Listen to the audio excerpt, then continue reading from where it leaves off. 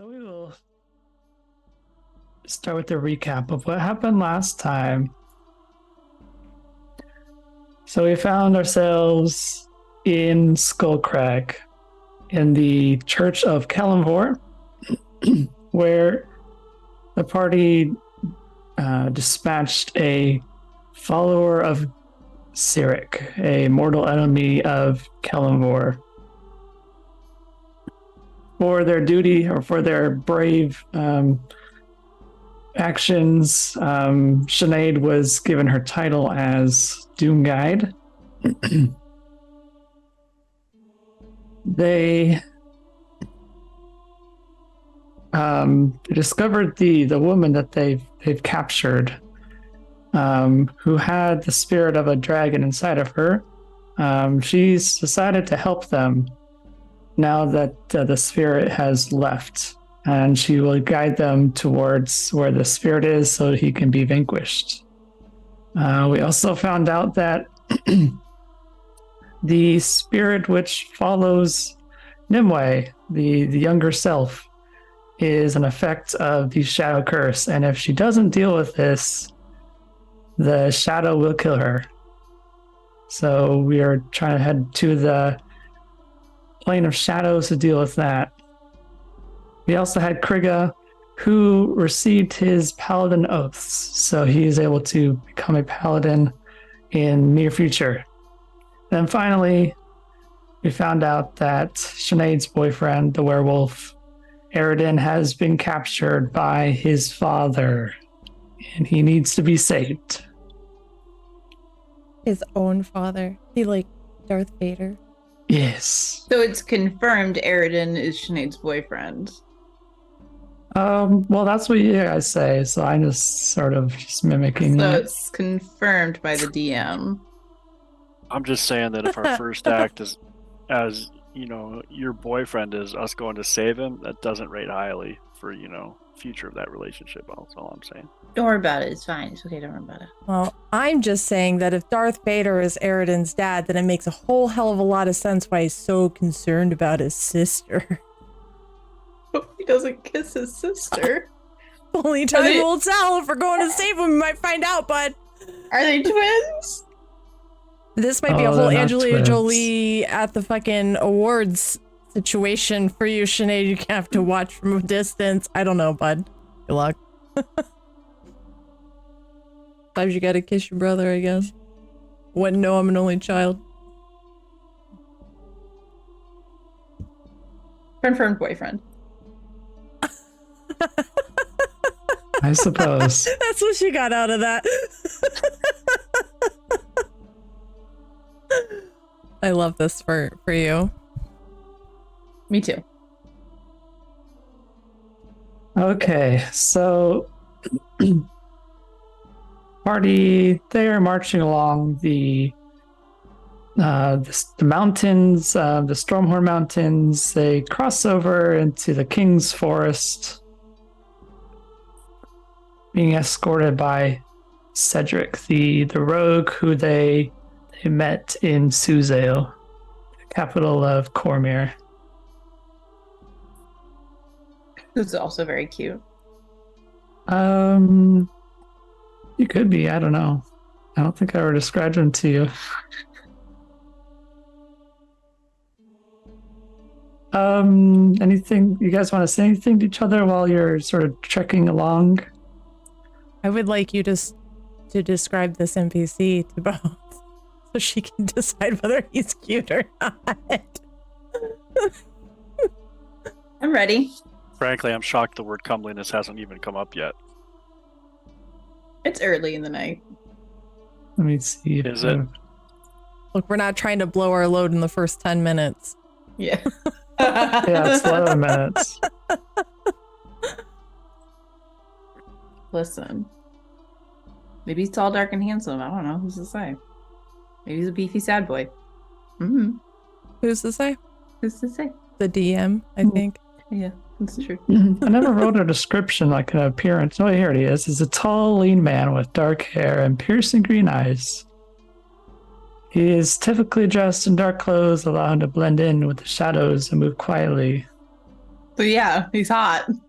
What are you talking about? He sounds like a hideous monster. What an abomination upon the Forgotten Realms. How dare you? Oh. All right. I think Seonaid would probably be like quietly checking in with Nimue because we just had a really traumatic experience together as a group last session with her. Yeah. I think you would see Nimue's demeanor is a bit more deflated than usual. Mm-hmm. She would be kind of keeping to herself, which is pretty normal for her, but maybe looking down at her hands, fiddling with her fingers. She seems kind of lost in herself. I think Sinead's response to that, since I'm assuming they're at the front of the cart as they usually sit, riding along beside each other, would be just like handing her bits of food. Which she's then handing to Merlin. Yeah, but I feel like Sinead's not looking at that. She's just handing her food like offhandedly. She probably like takes it and like plays with it in her hands a little bit, and then she's like picking crumbles and like feeding her large raven these treats. Yeah. Well, and then like handing the water skin over, like making sure she's just doing like mom friend stuff with her right now, and it's just like making sure that she's all right. Just and, a quiet comfort. Yeah. I think that like Sinead would know. She would have enough sense to know when somebody needs like kind of solace, but not like overbearingness. Yeah, I like that. Yeah.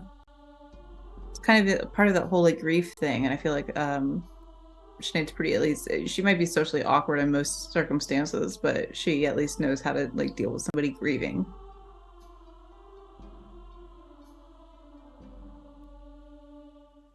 I would think so. You're pretty good at that. Part of your job. Good job. An honorable job. Yeah, I don't think she's really talking a whole lot. Maybe she's like chatting with Krigga and Mars as they're going. Where's little Krigga at? In the backpack. Oh yeah. Have you fed him recently? No, I don't have to feed him because he's a fucking turtle. Turtles can just get their own food. He's trapped in a backpack. Well, I imagine that she lets him out every once in a while. Krigga takes real good care of little Krigga, so don't even worry about it. Can we get him a leash? Turtle leash? No. Why don't you mind your own damn business? You're not putting a leash on the turtle. Why not? Why can't you put a leash on the turtle? Don't put a leash on the turtle. You could. How else are you going to take him for walks? He needs his exercise. We could knit him a little harness.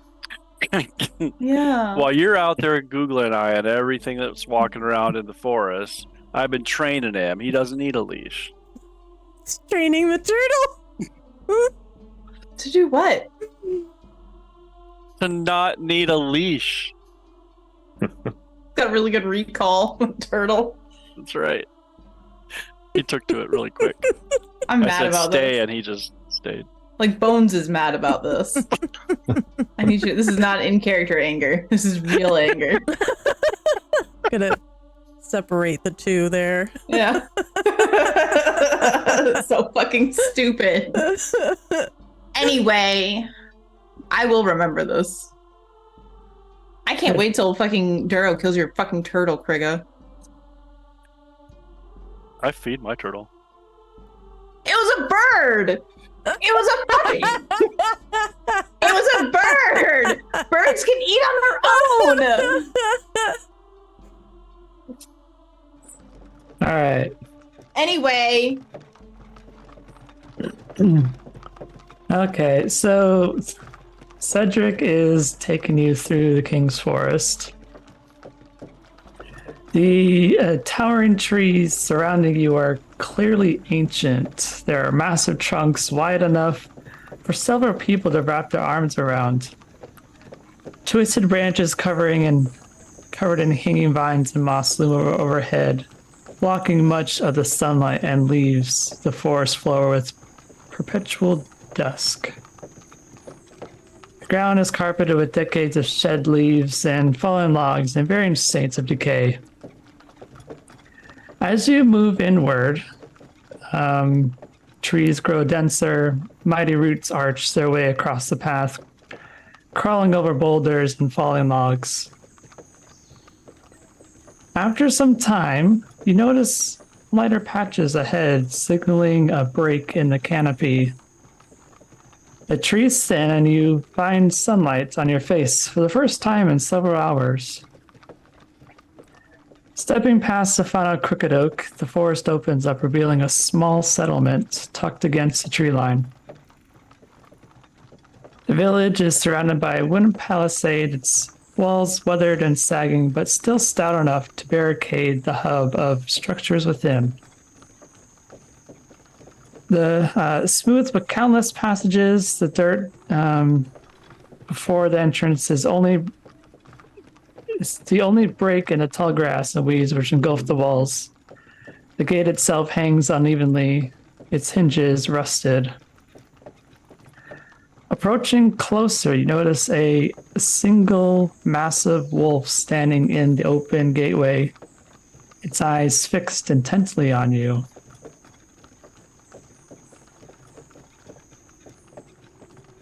Does the wolf look like it's like in a threatening or offensive pose or position? It does look a bit intimidating, like it's protecting the entryway. And I'm assuming it is not Eridan's wolf form that we've seen previously. No, Okay. this looks like a dire wolf. Is it? You said boy? it's standing. Is it like up on its hind legs or? No, it's on its leg, like Okay. 4 legs, like a wolf. Is it a boy wolf or a girl wolf? Can we tell? You can't tell from the distance. Okay. So here's more description on the wolf. It's the size of a fully grown bear rather than an ordinary canine. It makes no sounds, but its hackles stand raised in warning as you draw near. The beast's glowing yellow eyes track your every movement. Knowing what we know, I guess from Eridan, would we be able to pick that this is like a werewolf out? You wouldn't be able to distinguish between a werewolf, And a regular. like a werewolf in a wolf form, and like a normal wolf. Okay. I think Sinead would probably take a quick glance at Nimue and stopping the cart.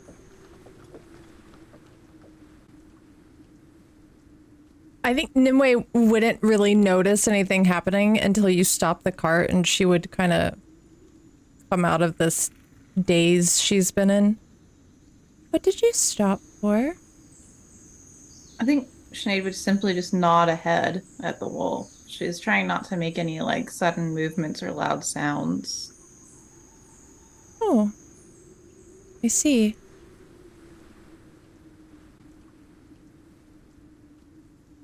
Could I roll to kind of decide how much I think Nimue would know about wolves? Yes, make a nature check. Oh, that's a 21. She would know quite a bit about the nature of wolves. I think what she would say to Sinead is, well, normally when there's one, there's more. As a wolf, they tend to move in packs. Should we approach it? You know, they are quite clever creatures, too. They do tend to ambush their prey, so he could just be baiting us there in that door.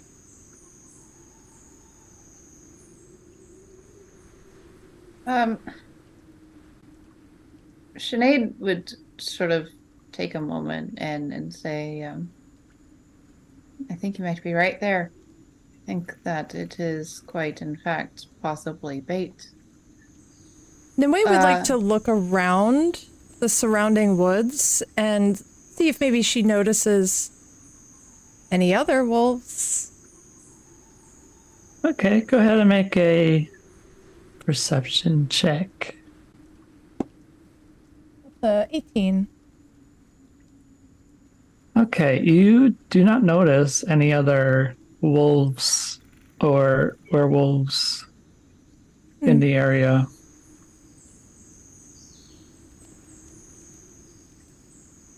I don't see anything else around us, but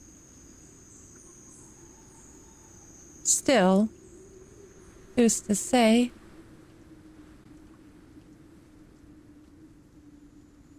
Do you have any suggestions, Sinead?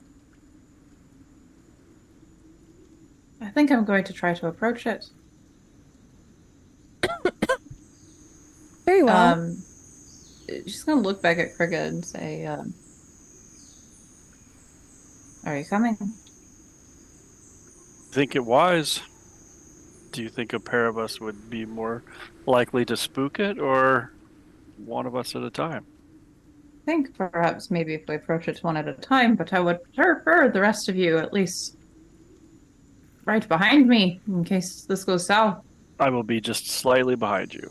I will stay here at the ready with the spell in case anything were to happen. And Mars would get up and kind of stand kind of in between, kind of closer to Nimue. I think, like, at this point, Sinead is so used to doing this just out of habit. She's going to go ahead and cast something. I'd love to tell you. Bone of Truth? No, I'm just kidding. Shield of Faith on Nimue. Just Thank in you. case there is an ambush. That's awaiting a them. +2 to my AC. Should be, yes. Yes. Yes. And Sinead's going to go ahead and get out of the cart and start approaching the wolf slowly. And Krigga will probably just stay like 7 or 8 feet behind her. Okay, when you are within about 30 feet of the wolf peels back its lips, brandishing an impressive array of fangs and letting loose a bone-chilling snarl that gives you pause. It digs its claws into the dirt and begins to unleash a flurry of barks. Back. Sinead will kind of put her hands up and sort of like try and shush the wolf and as a non-threat, but one hand is going for her sensor.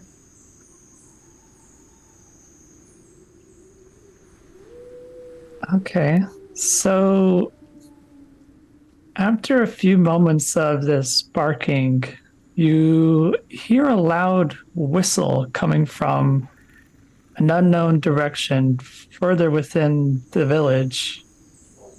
The wolf ceases its actions and lies down. Do I see anything coming from the village? No, you don't see anybody coming to respond to this. I'm going to approach the wolf a little bit closer, just a few more feet, like 5 or 10 more feet, just to see if it attacks. But she's going to look back to Krigga and whisper, well, like kind of half whisper for him to get the cart moving and see if we can get into this village. Yeah, Krigga will go do that. Okay, so Sinead, you approach closer to the wolf, but it doesn't, it doesn't pay you mind.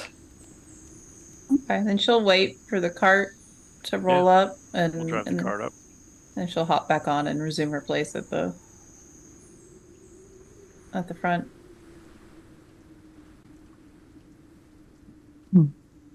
And she'll continue on into the village Okay. Anyone want to say anything? Before we move on? It's a bit odd that it's simply laid down. You think it Something must have an owner inside the village? Something is certainly commanding that wolf. Hmm. What it is, I'm not sure, and how it knew to let the wolf stand down. Again, I don't know. Well, I have a feeling we're gonna find out soon. regardless, someone knows we're coming, I believe. Aye, that's true. Let's just hope it is friend and not foe. And Sinead's gonna watch the wolf as they pass it by and maybe toss it like a scrap of her rations. Okay. You pass it and you toss the ration, and it begins to sniff it. It's not used to rations.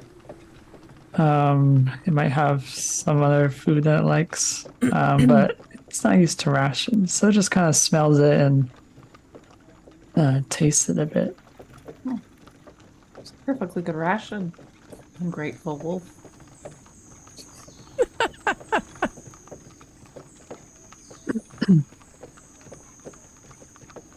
Okay, so passing the watchful wolf guardian, you find yourselves on the main thoroughfare of a small settlement. The buildings are run down but sturdy, made of timber and stone. There are no villagers in sight. An unnatural silence hangs in the air. As you walk further in, shutters on the buildings slam closed as you approach. You get the sense of frightened eyes watching you from within the homes. In the town square, you find a boarded up tavern, a trader's shop with barred windows, and a well.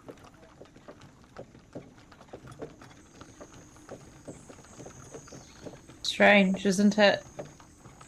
It's Very odd. And so Sure. deep in the forest.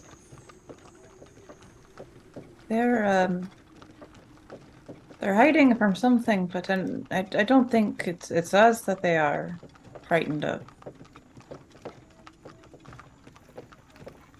Are there any prominent looking buildings in the village, Duro? There is towards, so you're in the main town, but behind a layer of trees, you do see the top of a rather large building. Nimue is going to point that out. Perhaps there is where we will find our answers? Is Cedric still with us? Yes. She's gonna look down to Cedric after hearing that and looking at the direction that Nimue pointed out. Cedric, who lives there? That would be the lord of the village.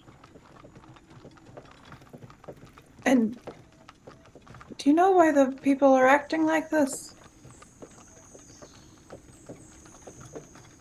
Can't say for sure. It's not a place I find welcoming. No. And do you know anything about this lord? Cedric, Aridin's father? No, not much. Save for his cruelty. Well, I suppose I know where we need to go then. Right, Nimue. I suppose so. I think Sinead would slowly start bringing the cart towards there.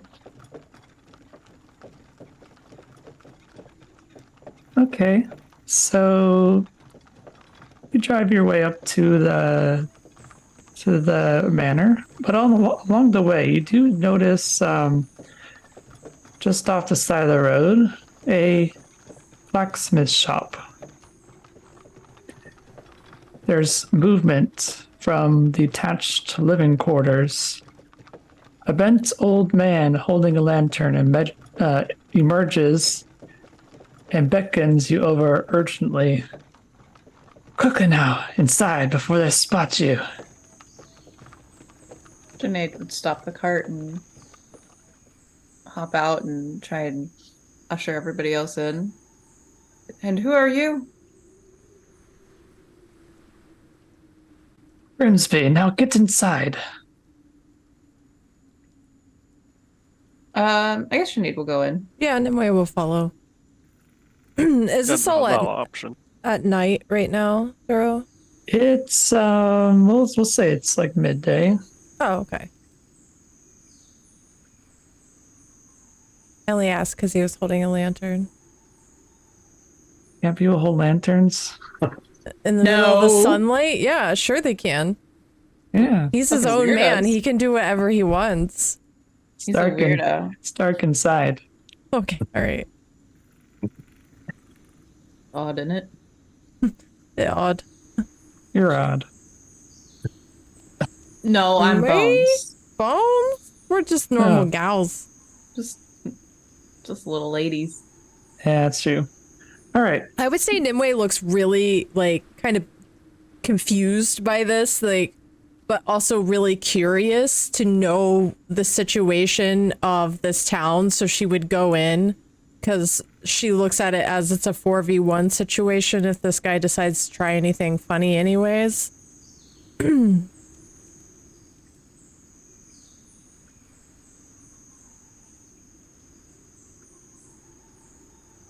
All right. So the six of you, or seven actually. There's seven of you. Where's Door? He's Sorry. jumping out as the cart. We gotta make He's sure we got Door. he stumbles a bit, of course. Was that 7 including little Krigga? No, you have Zara with you. And Cedric. Oh, yeah, I forgot about Zara. This That dumb bitch. bitch. That fucking bitch. We should have killed her when we had the chance. Now we gotta Neither. fucking. I know, but we gotta fucking drag her across fucking Cormyr with us. Golly. All right. So you all are tightly packed into this addition to the blacksmith. Just little living quarters, like big enough to have a bed and like a fire. Kind of standing awkwardly, like, what the fuck?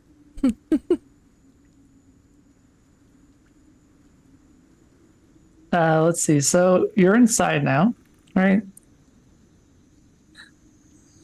And the old man is like setting up his lantern, and he doesn't have a fire going right now. He just has his little lantern and light the room up.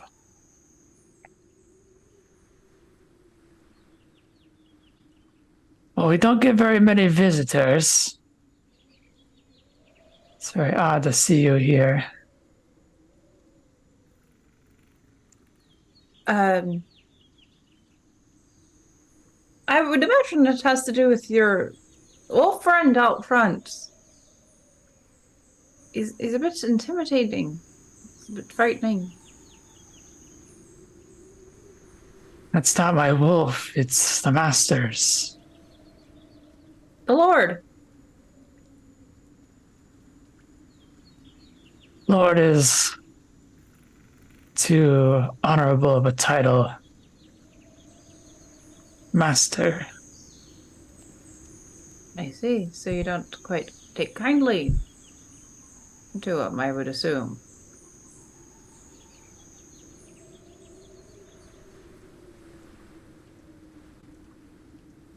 He has stolen my son. He and I are not on good terms, you could say. I Nimue has like taken up residence on his bed and she's just sitting there like crisscross applesauce, like really enjoying the conversation, the stories, and you hear her like little voice pipe up from the bed. He took your son. He seems like not a very nice lord. Could you tell us more about him? We've come looking for someone. His name is Valorkin, once a lord of Baldur's Gate. Very handsome name. Valor. Don't you think that's a handsome name, Seonaid? I suppose. Do go on. I'm sorry to interrupt. He was exiled after leading a coup against his fellow Grand Dukes. He and his sons round up villagers from nearby settlements to do his bidding. What are his sons' names?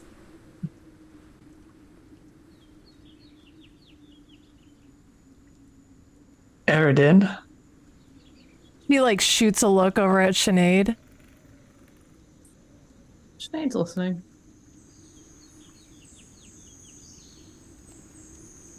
And what sort of bidding did Eredin do?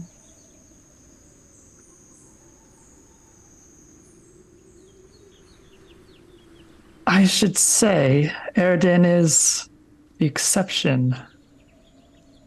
Oh. He does not follow his father like the others. Oh, so he's a bit of a rebel. And then she like shoots another look at Seonaid. So how many sons does he have then?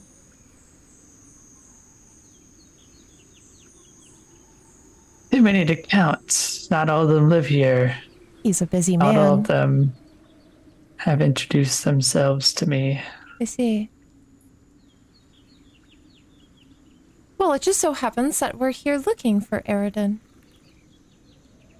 Have you heard of his return? I saw him stumbling around. I haven't seen him for a few days. Interesting. Well, Seonaid, I think we know where Eredin is. Indeed. And what is your name, sir?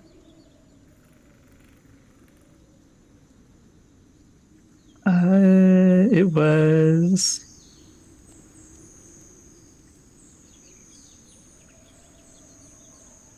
Grimsby. Brinsby? Well, Grimsby. my name is Sinead. And I'm Nimue. That's Nimue. Grimsby is such a colorful name. I like that. I think it's a handsome name as well. Oh, I don't know about that. But it's colorful. It's good. I think it's a good name. Good family name. It's a great name. Yeah, good name. Well, Grimsby, I think that you can fear no longer, for I am a Doom Guide now. You know, I'm not just now, but I am a Doom Guide Yes. of Kellamvor. She's very important. She points to the circle around her head. So your son is still there? You've taken him? Yes. I've not seen him for months. And what's your son's name, Grimsby? Jacob. Well, that's a rather common name. Still a good name, though. Not a bad name. Just If you like No. common names. normal name. Very Not common. everybody can have a colorful name, I suppose. Maybe it skips a generation.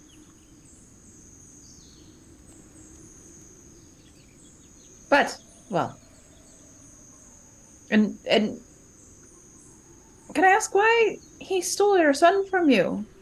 It's a bit rude. I tried to escape. I'm the blacksmith of the village. I create silvered weapons and shackles. Oh, are you proficient in armor? Yes, why do you ask? Have you ever made armor for a turtle? Because, see, we have... Krigga, you should show him your son. I'm sure it would make him feel better to see someone's son right now. If you showed him your son, then he could see little Krigga. Little Krigga is a turtle. And we would love to... I would pay for armor for little Krigga. If you could make some. Or maybe you could make us armor for little Krigga in exchange for collecting your son who's currently missing and or dead. We don't know. He's probably not dead. He's probably just fine, and we'll just go get him and bring him right back. It's no problem. No I trouble. really hope he's not dead, but who's to say? I'm sure it's not a who's to say situation. I'm sure he's perfectly fine. There's no need to worry at all. We'll take care of it if you make turtle armor for our turtle. At some point, I assume he's going to turn around and look at Krigga, and Krigga's just going to be standing there holding a turtle like this. The turtle's arms are like kind of doing turtle things. Yeah. I promise we're not weird or anything. We just really like our turtle. Why would you say that, Seonaid? Why would you even say that? I just wanted to make sure he knew that we're not like strange. Because we're not.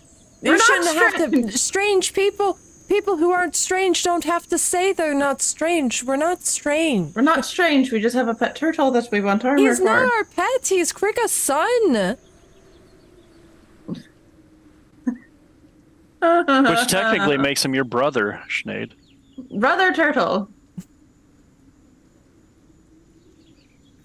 Well, anyway, can you make this turtle armor? We'll go get your son when we go rescue Eridan. It's a strange request on short notice, but You know I only take have a- faith in you, Grimsby. Plus, With it's the only colorful name. it's only a little bit of armor that you're making. It's just a little He's bit very of small. metal. It's very small. It's a turtle. Yeah. Turtle. I feel as though you're perhaps making a mountain of a molehill, Grimsby. We've got quite the task to go find your son. It's certainly by the time that we get back, you'll have armor for a turtle. While we're imagine. on the subject, do you know any clothiers in town? Because we have a doll, too. Maybe they're missing their sons as well. Or daughters. Or daughters, and we can get this whole, like, bartering situation going. Yeah, we go save your children, and then you make us stuff for our small creatures and dolls. We don't have to explain ourselves to you, you know. Because we're not weird. We're not weird or anything. I will make your turtle armor. Excellent. Thank you, Grimsby. I have been waiting for this day for so long. Good man. Yes. And we will find your son, and if you happen to find a clothier who can make doll clothes, who's missing a child, send him our way. We will find your son, though. But if he's dead, we'll bring him back. But if he's dead, we'll bring his body back, too. We'll bring him either way. This could be a whole new business venture. Forget the candy store, Nimue. We could just go rescue children. We're very good at that. Remember those children that we rescued at that town? Yeah, with the pixies and all, and then there was Yeah, the and the elf lord and the whole Yeah. ghost thing in the woods. That was weird. Very strange. Very strange. But we did rescue those children. We did. So I think that we might be on like a new path, you know. Yeah. Forget the candy store. I feel like we should shelve Billy Bonka's sweet balls. Because go- there could yeah. be a time in our lives when we are older and more mature. Mature, yes. And we can't rescue And we children. have to. Yeah, we can't. We can't. We're too old for that adventuring crap. But And we all the want to children- settle down. And all the children that we've rescued, instant customers. Instant. Children love candy. You know, I really think that you and I together are just a powerhouse of ideas. Unstoppable force. Unstoppable force. I don't think we've had a bad idea yet. I don't think she looks to Krigga. Krigga's literally just looking at the turtle in his hands, wondering what the hell he's just done. And she looks to Mars. Doesn't say anything. She's just waiting for your reassurance. He'll kind of nod and shrug. See? That wasn't very reassuring, though, was it?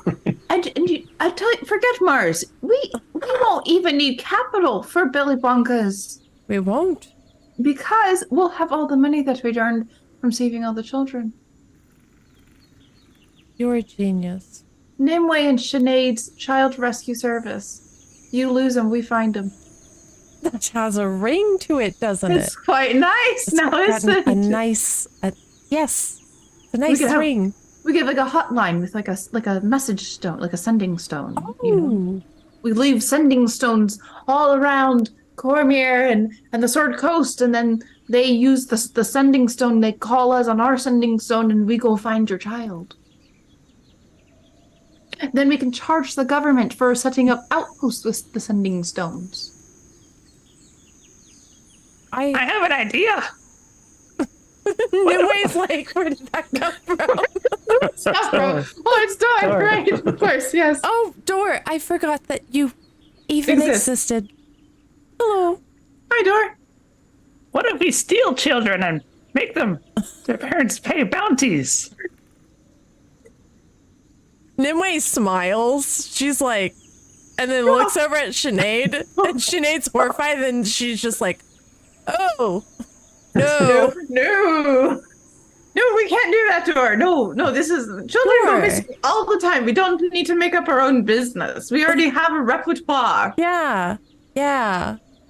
But she's like, in her head, like, this is also a good idea. She's like, look, if Seonaid looks away, she looks at Dora like, yes. I think that would be fraud, in fact, and perhaps maybe tax evasion. I don't know. I feel like there's some sort of crime there. I don't know much about the world and crimes. All I know is serving Kalimvor and rescuing children. What's the tax? I don't. Certainly, there's taxes. Yeah, there's taxes when you pay the government money, even though, and then you got to file them at the end of the year, even though they know how much money that you've already made. Light leave.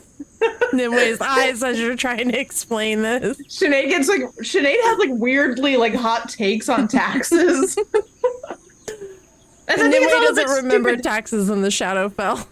Yeah. There's no it's a taxless land. It's all privatized. All your roads are privatized. Your existence is taxed in the Shadowfell. They don't need to take your money. No, just your soul. Your soul, spirit, pride, and amongst other things. Sinead kind of is ready to circle back around. Right, so, Grimsby, you'll make turtle armor. We'll go get your kid. What does he look like? Dead or How old alive? is he? Dead or alive? Hopefully, and if there's multiple parts, we'll try and put them back together as best we can. I have a wondrous bag that can fit all things in it. We could put all of him in it, don't worry. What does he look like? He's about 10 years old. Looks somewhat like me. But I would imagine we. Yes. Much smaller. Right. Okay. Well, what's his name again? Jacob. Jacob. A very Jacob. common, normal name. Right. I can remember Grimsby, but normal Jacob. I can remember Grimsby, but fuck me if I can remember fucking Jacob. Common, normal Jacob, son of very colorful Grimsby. Right, got it. It's in the memory now. If I say it enough, you'll remember. It's Jacob. Jacob, common, normal Jacob. Jacob. Just Son of think colorful of Grimsby. Twilight. Jacob the werewolf. But this Jacob's not a werewolf. Okay. I don't like that little look you just took. You just made your like, Thus. Yet is what Duro meant to say. Yeah. Oh. If you don't Or hurry, is he? if you don't shut the fuck up about your child rescue service, he might become one. Every moment we spend, Duro is getting closer and closer to murdering this child and or turning him into a werewolf. I just imagine him exploded. Oh, that's colorful. Like the name Like Grimsby. Yep. All right. Sinead's gonna look to Grimsby and say, "Right, well, we're off to go find your kid, and my boyfriend is definitely my boyfriend. God Did you know deemed she it has so." a boyfriend? He's a wolf. Yes, his name's Eridan. I mean, what? Well, you know who Eridan is. Yeah, he's my boyfriend. Yeah. Yes, I know Eridan. We spoke of him earlier. Just moments ago. Yeah, well, he's Doro just turned into a Skyrim NPC there for a minute. We broke him! We finally broke him at last! The curse is lifted! We can break the fourth wall now! Anyway, yes, anyway, We should tell go. him! Don't tell him that I said that he's my boyfriend. We 'cause should go. Who cares? He knows. I don't think he knows yet. Anyway, bye, Grinsby, we're going, and Sinead's just gonna leave. Bye. Nimue follows out. Krigga's following along, trying to stuff the turtle back into the pack. Mars probably would have already left. He would have been the first one. He's already sitting at the cart. The moment that Sinead starts talking about taxes. Your Mars is like, entourage follows with you. outstanding. I'm assuming we're getting back onto the cart and riding our Yeah. asses up there because Yeah. we're a fucking lazy group. Sinead does not walk for shit. Not at all. You give me a cart, I'm using it. We brought a cart through a whole fucking cavern system. Are you kidding? Yeah, we don't fuck around. No, truly. We gotta feed the horses or Duro will kill them, so that's our excuse. Yeah. Like, Duro just likes killing things that I love. I'm still here, baby girl. That's true. Well, in Avernus, he fucking killed you in Avernus. Yeah. Fucking Avernus, man. My fucking my swan song. Fuck you. Anyway, I'm sorry. I'm upset. Let's move on from the situation. How many times during a Cormyr episode can Avernus get brought up is the question.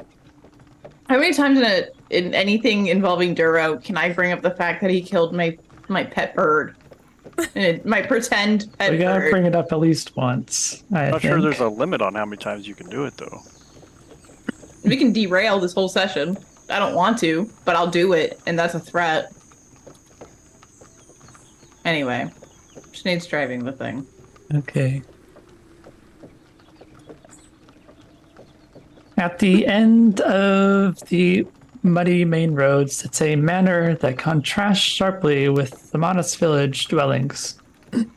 Ivy and moss climb the stone walls but the grandeur of the mansion still shines through the decay. The front entrance is framed by crumbling marble pillars holding up a stone portico decorated with gargoyles leering down at passerby. Many of the manor's windows are shattered or blocked by moldy wooden boards. Those still intact reveal dark halls within. Flickering candlelight through the ragged curtains hints at occupation. So you bring the cart around just in front of the door.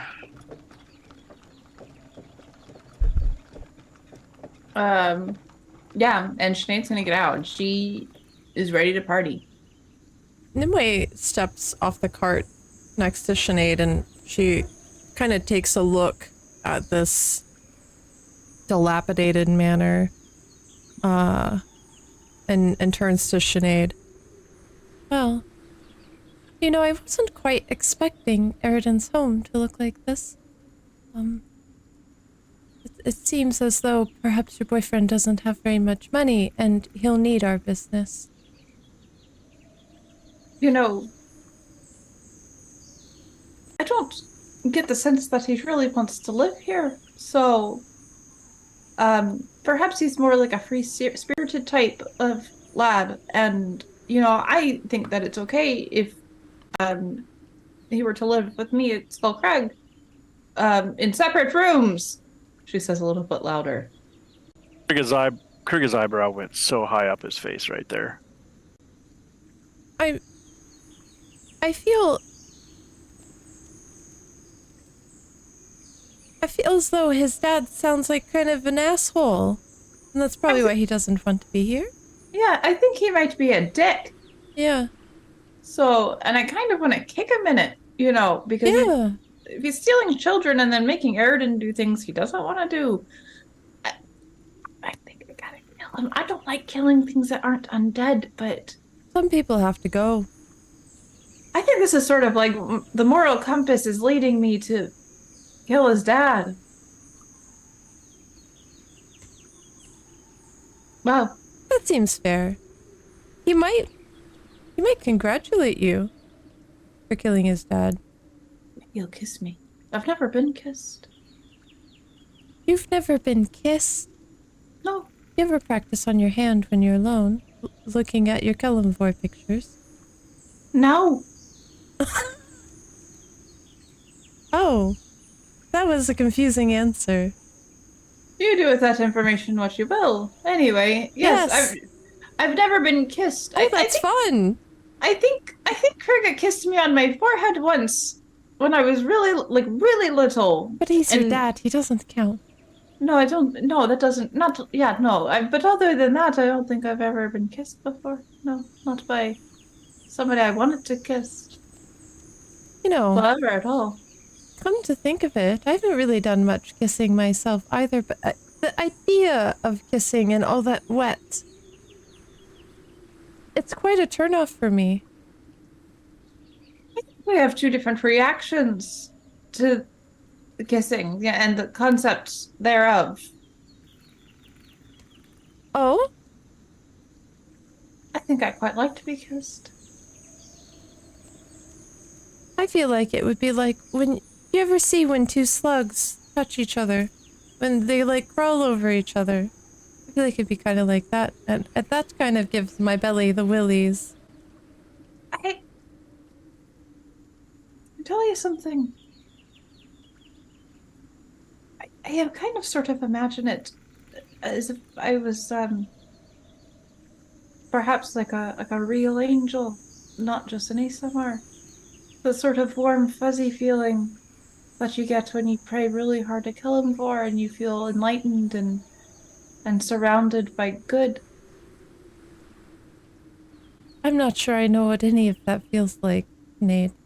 But when you describe it, it does sound quite nice. You know, I don't understand the half of it, though. It almost feels like you're like floating when you're sort of in that space, and I imagine that's sort of what kissing feels like.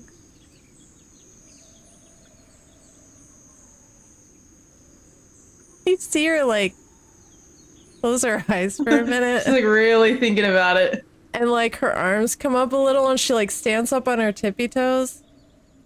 And then drops back down. Yeah, I could see how that could be interesting. Yeah. Krigga's gonna pipe up and say, "Would you like to know what kissing is like? Because I'll tell you." I think you've ever kissed anybody, Krigga. Yeah, who have you been kissing? Yeah, have who you have been you been kissing kiss- little Krigga when we're not looking?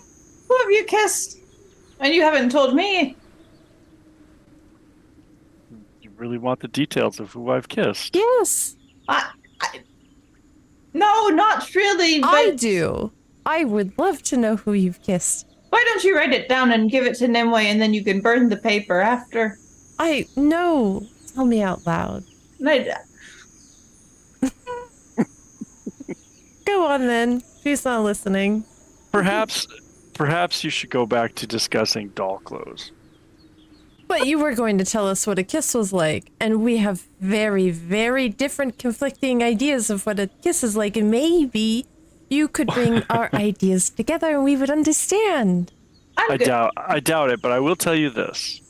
The quality of the kiss completely depends upon, and your experience of the kiss completely depends upon how much ale you've had beforehand. I'll leave it at that. I don't drink ale. I do. Well, that would affect it, wouldn't it? I don't think I want to drink ale for my first kiss. Well, maybe kissing is just as bad as I thought it would be because I don't like to drink ale.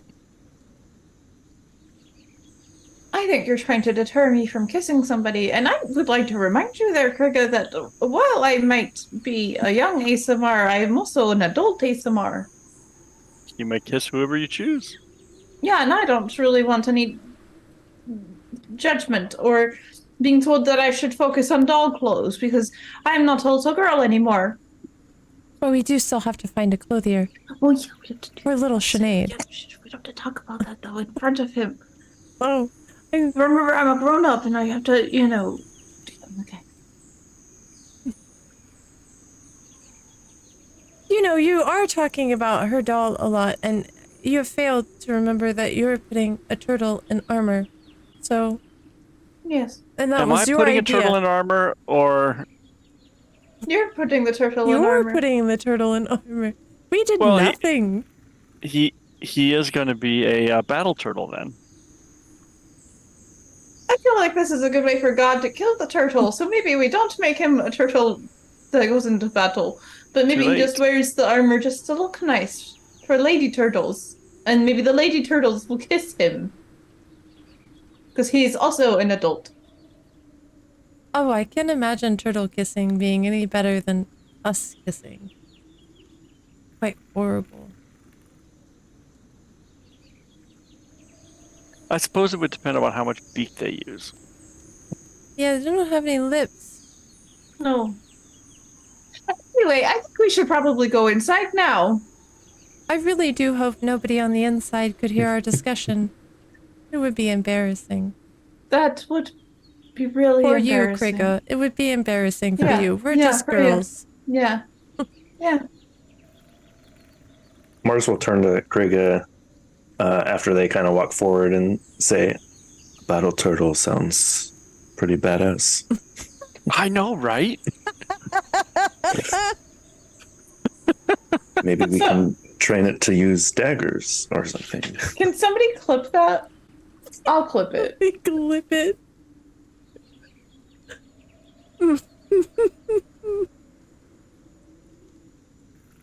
Sounds cool. I think we're going inside. Yeah, I think so too. Okay. It's inside.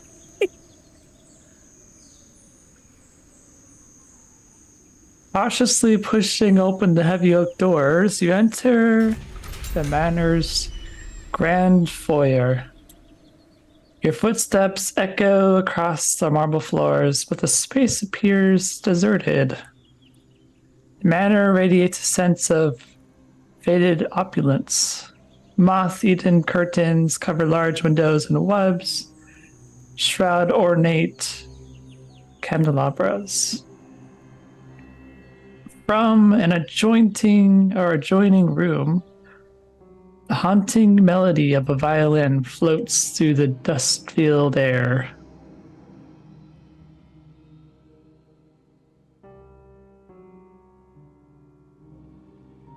Do we get the sense of anybody watching us or anybody nearby? Well, the violin seems pretty close. You can also hear some loud, like, chit chat or, talking coming from the same sort of area that the violin is coming from. Nimue is going to turn to her companions and give them a... And as she does that,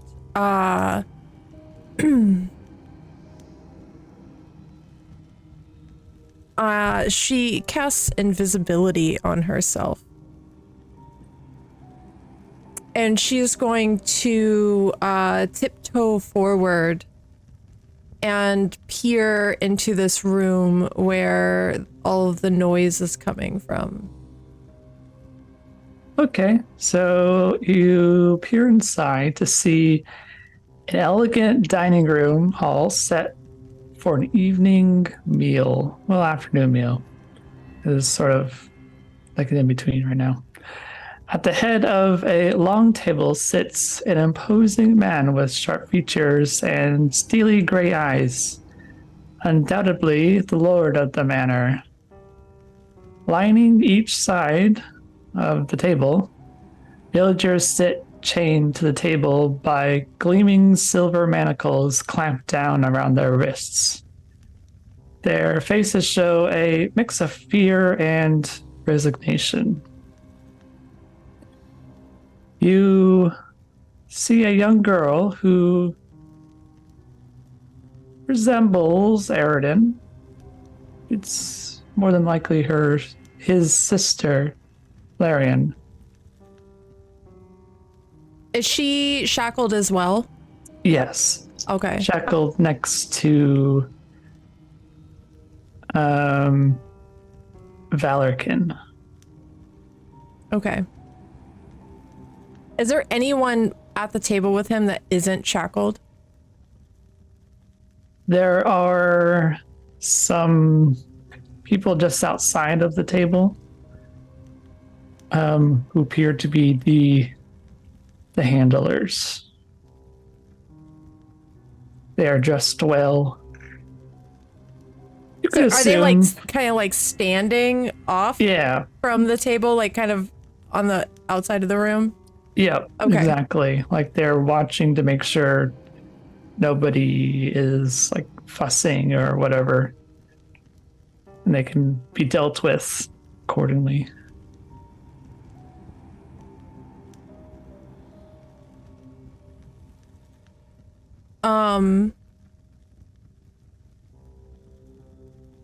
Nimue is going to...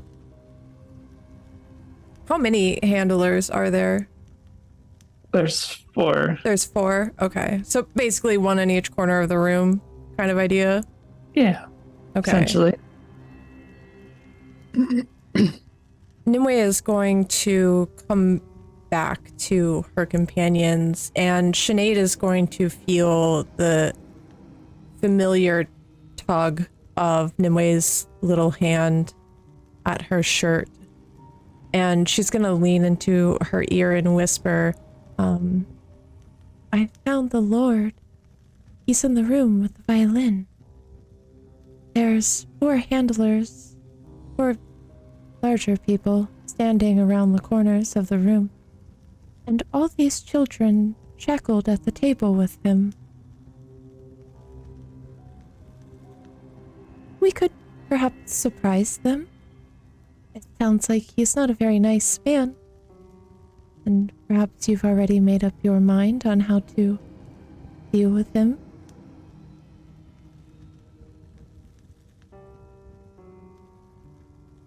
Sinead's going to take a moment.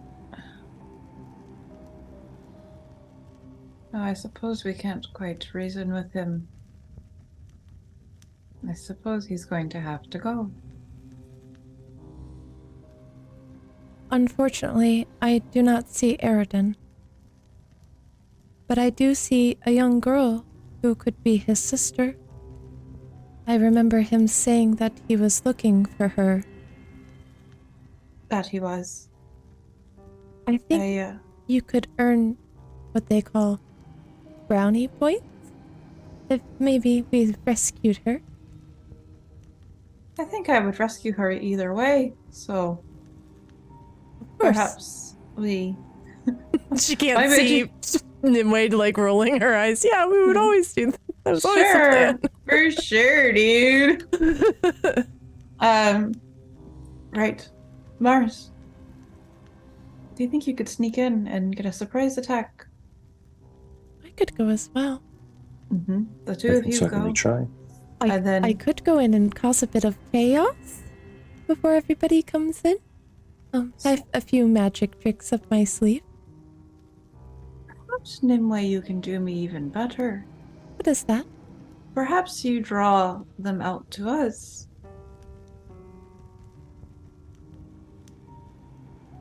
I could do that. Get them away from the children so that the children aren't in harm's way. Maybe. Do you feel as though the 3 of you could dispatch of these men, as I maybe tried to find the keys and let the children free?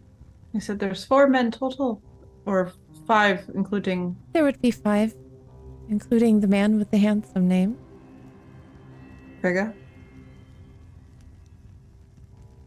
Not be a problem. This could be fun. Mars already has his bow drawn. Then, Just waiting for your cue. then perhaps let's hope that they have made right with their god, for they will be seeing them soon.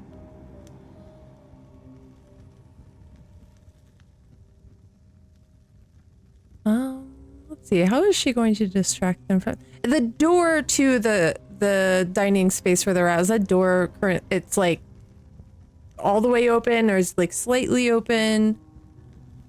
It is. It's slightly open. Yeah, we'll say Okay. that.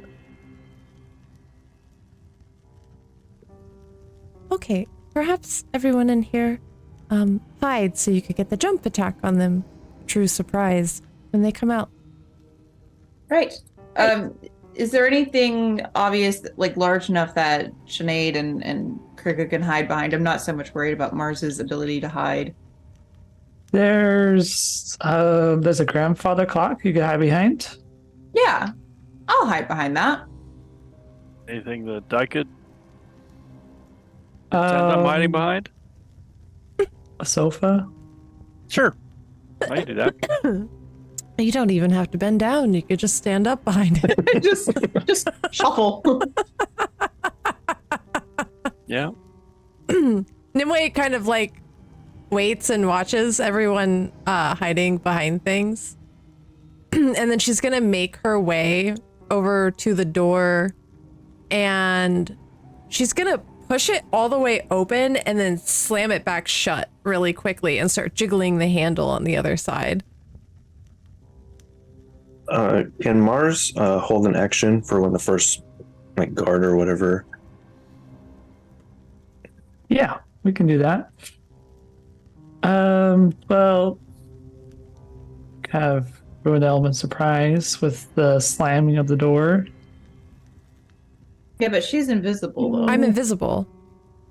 Yeah, that's why I thought if I like swung it open and they saw nothing there and then slammed it again, it would kind of like cause them all to be freaked out and paranoid.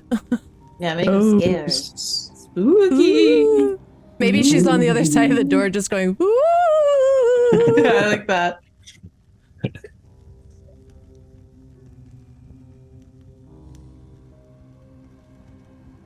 Okay, so She very quickly, wait a minute, Daryl, before you go on, because it deserves its place in this game as well. She's going to, as soon as she stops jiggling the handle, she's going to pull the bear trap out of her bag and set it right in front of the door. Yes. And There then it move is. to the side and wait to see what happens. Beautiful. In her state of invisibility.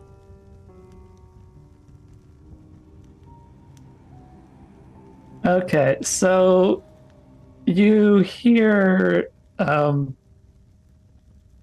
Valerican. He yells to the handlers. Find out what that was. We must not have our dinner interrupted. And then you see, well, I guess the door's closed, but you hear the grunting and cracking of bones and that sort of sounds as these men transform into werewolves. Ooh.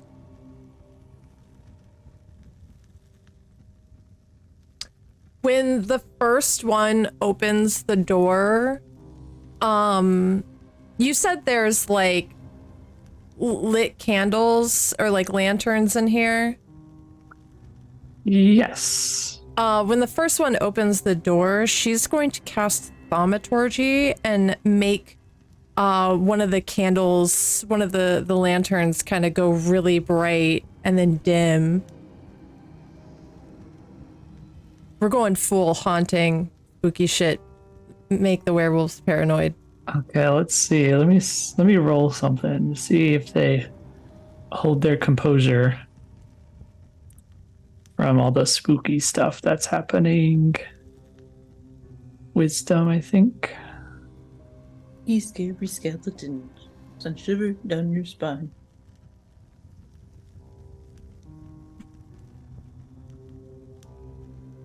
Okay, so they open this door and they see well, first they notice that the door slammed on it by itself. And then they see this light that seems to brighten and dim by itself. Is there an upstairs? Yes. Once the light does that, she casts thaumaturgy again, and the floor upstairs starts rumbling. Okay, you can see panic is setting in their face. And they begin to like look around to each other nervously. As that ends, she casts thaumaturgy again, and from just outside the window, they can hear like the ominous calls of a raven. All right, so I'm just assaulting them. I want them to just be like, ugh. They look at each other and without saying anything, like the lead person just turns around and runs back into the dining room, and the others follow with them in a panic. You said one opened the door, right? Yeah. Would I have seen him? You would have seen them having, panic on their face. Shoot. So with my held action, can I let one fly? If you want to, that's up to you. If you want to fight them. Well, I said I was going to hold my action for when they open the door. I'm going to use advantage. One of my advantages. Okay. Yeah, you have many. Yeah. That's crit. Oh, that's crit. Damn. Hell yeah. 11. You would get sneak attack as well because Oh yeah. you are unseen. I'm also right there at the door still. I've just kind of like flattened myself on the wall at the 17 side of the sneak door. damage. You double your sneak damage too. Oh, so that's math. 17 and 17. 34? Is it 34? Yes, that's 34. So proud of you, Rad. Thanks. Okay.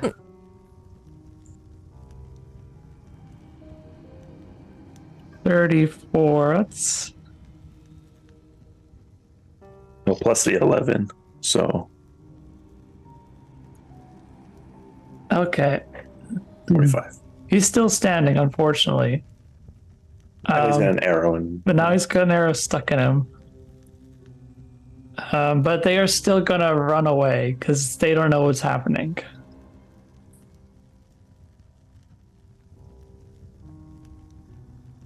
What did they do?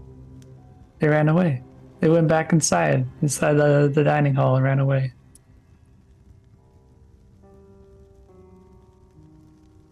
Are they saying anything in there, or they just ran in and they're dead silent? Oh, okay. Let's see. So you hear Valorkin like barking orders at them, and Because maybe we could beat the big one to come out.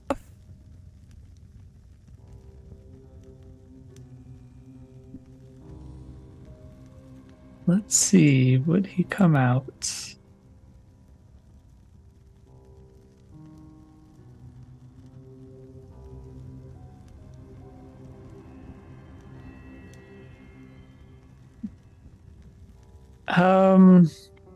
He does not make his way over here.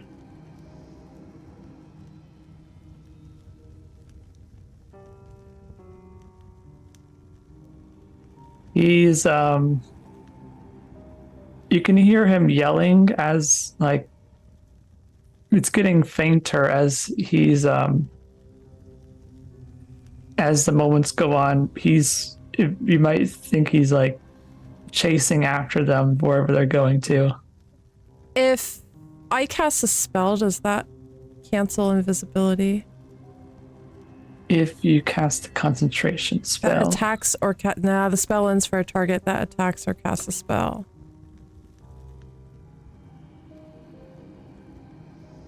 Okay.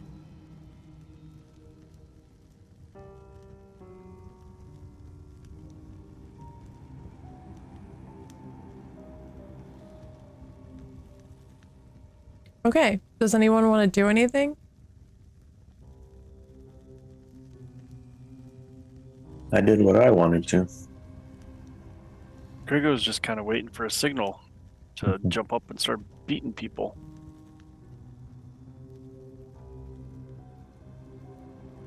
I'm gonna go ahead and can I go ahead and mark for death using Eyes of the Grave?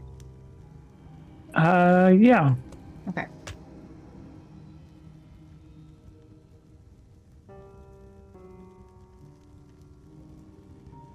I don't know if I would reveal myself doing that though.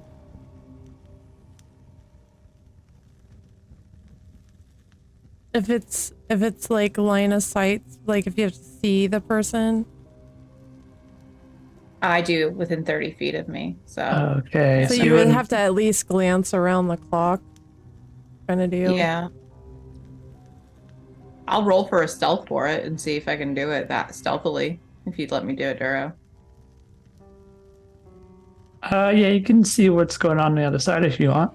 Yeah. I want to roll for stealth. I'm going to use an advantage. Ooh, okay. It is a flat 16. Okay, so you sneak your way over to the door, This is scary. and you do not see Valorkin or any of the werewolves in there. Oh. They seem to have gone out a separate door. Are all the children still in there? Yes, everybody's still in there. All right. Nimue's on the other side of the door, flattened against the wall, and she notices that you've come up. You can't see her because she's invisible, clearly, but you just hear a voice whisper beside you. See anybody in there? Just the children. It looks like the wolf's gone. I'm not sure what's happened. You just hear a... And then you see the bear trap, like, lifting on its own, and then it disappears.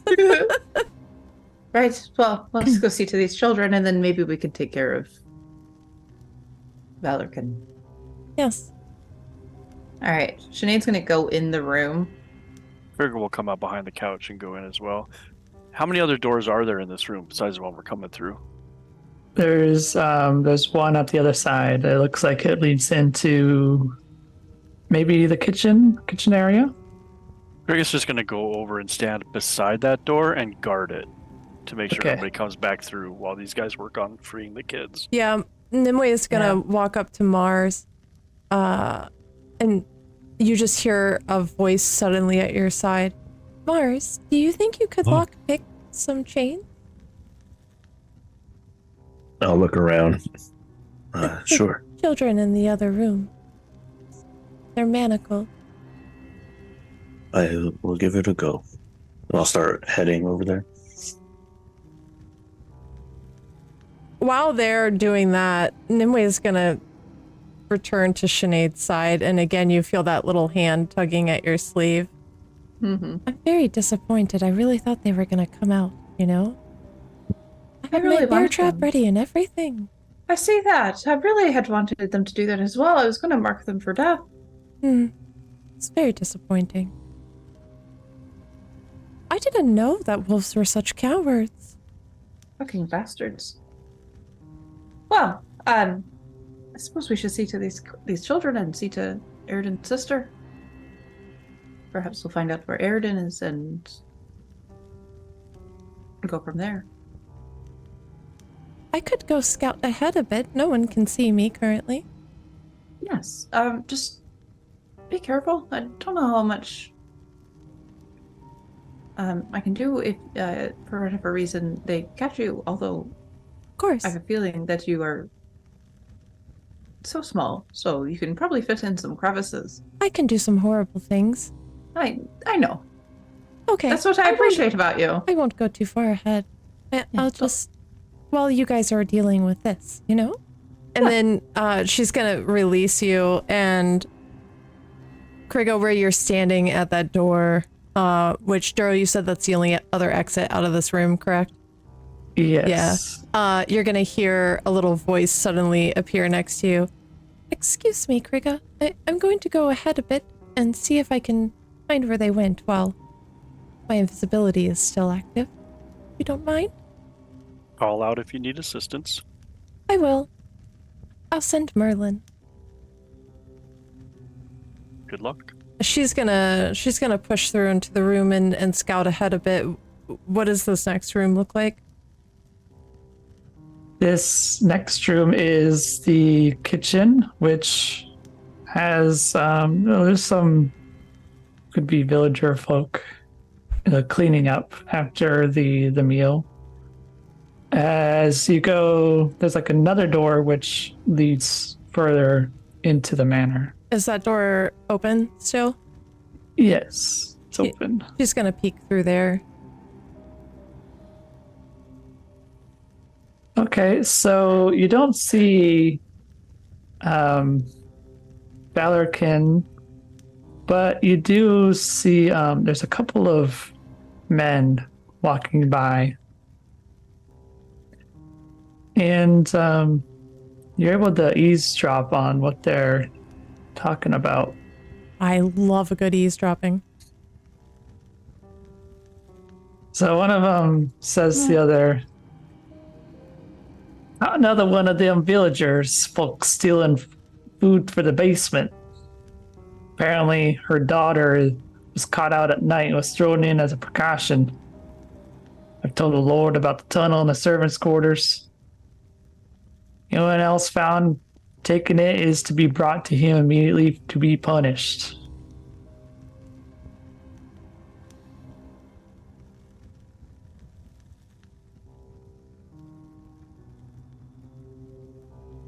And I don't see anybody else around. Those, Valorkin and the others must have gone somewhere else in the manor.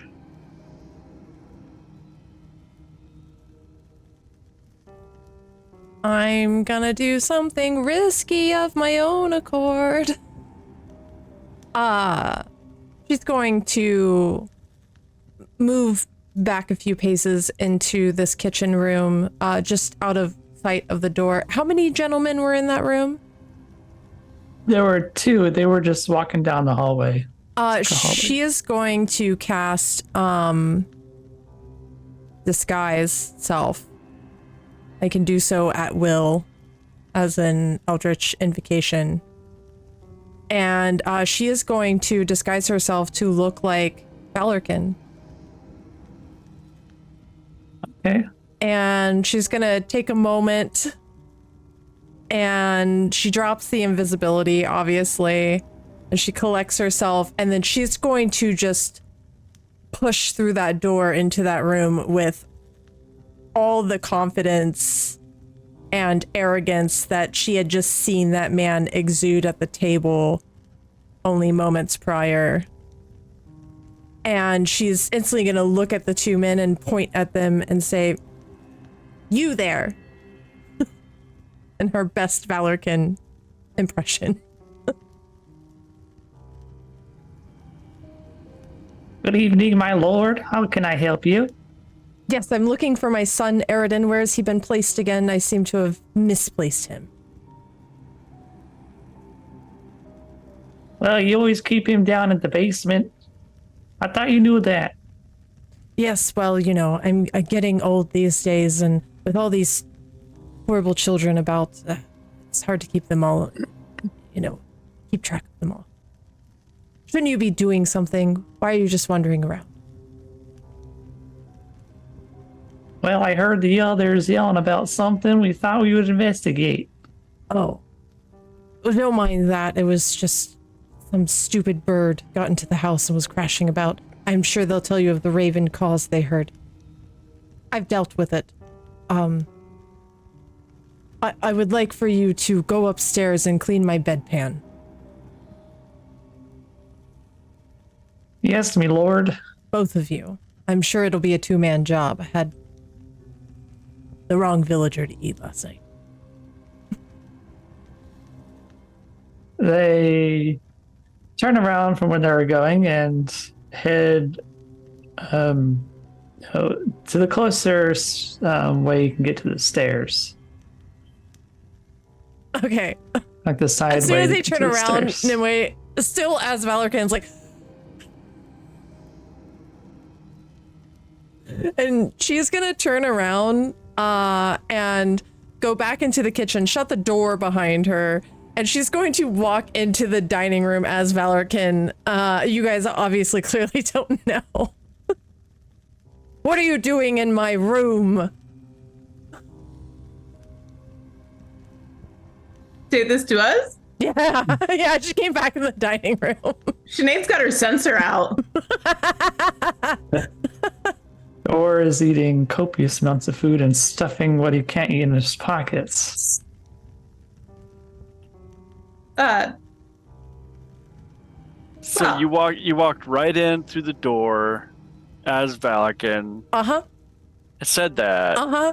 and that's the door the Krigga's standing next to. Krigga's gonna swing at you.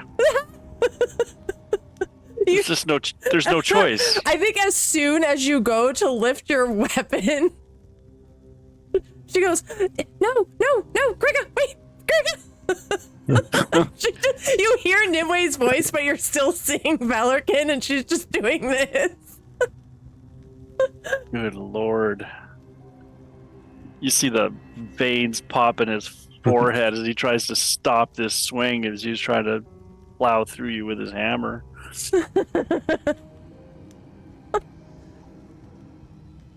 And then as soon as she sees you like begin to lower your weapon, she like, tell me, do I look good as a man? Kind of. You almost looked good as a dead man. Oh, you would never, Krigga. You couldn't tell it was me. It was a horrible impression, though I did just fool 2 guards in the other part of the mansion. It was quite glorious. I did find out where Aridin is. You would like to know, Sinead. Where is he?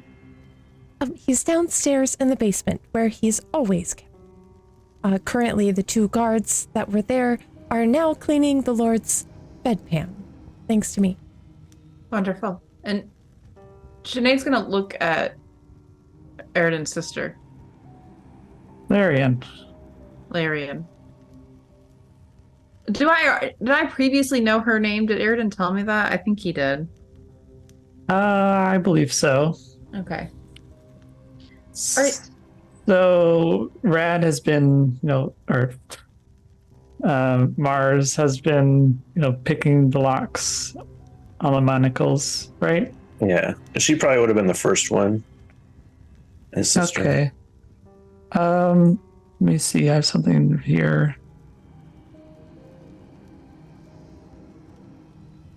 So you notice she has, where the silver manacles are around her wrists, she has very bad burns. Like this, like the silver is hurting her, but she seems to be, bearing it as best as she can. As Mars continues to get him off, I would call Sinead over to have her come look at it. Sinead would hurry over and look the girl over and say, Larian, is that your name? Yes. How do you know my name? Your brother told me it. We met once and he told me he was coming to look for you. I haven't seen him in so long. Well, evidently he is here.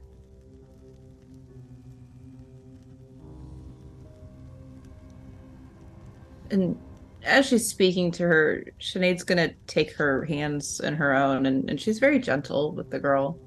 What about the other children? Are any of them injured in any way? No, they don't look to be injured. She's injured because she has some lycanthropy. Right. I didn't know if... Okay. But the others are not. Okay. Sinead's gonna go ahead and cast. I would love to tell you which one I'm gonna Do cast. I get the monocles off? The manacles? Manacles. Yes. Monocles. Just a room full of children wearing monocles is way weirder. Oh my god, that's fabulous. They all have little top hats and canes. There's paper money about and little silver doggies and thimbles. They play Monopoly. You want to Yeah, play a they're- game? Would you like to play? Come play with us. Father? She's gonna go ahead and cast Healing Word on Larian, and it's a D4 plus my spellcasting modifier, so that's a 4. We love this. Plus 7. Right? So 11. No. Yes. No. Yes. 11. Okay. Nice. 11. Lemon.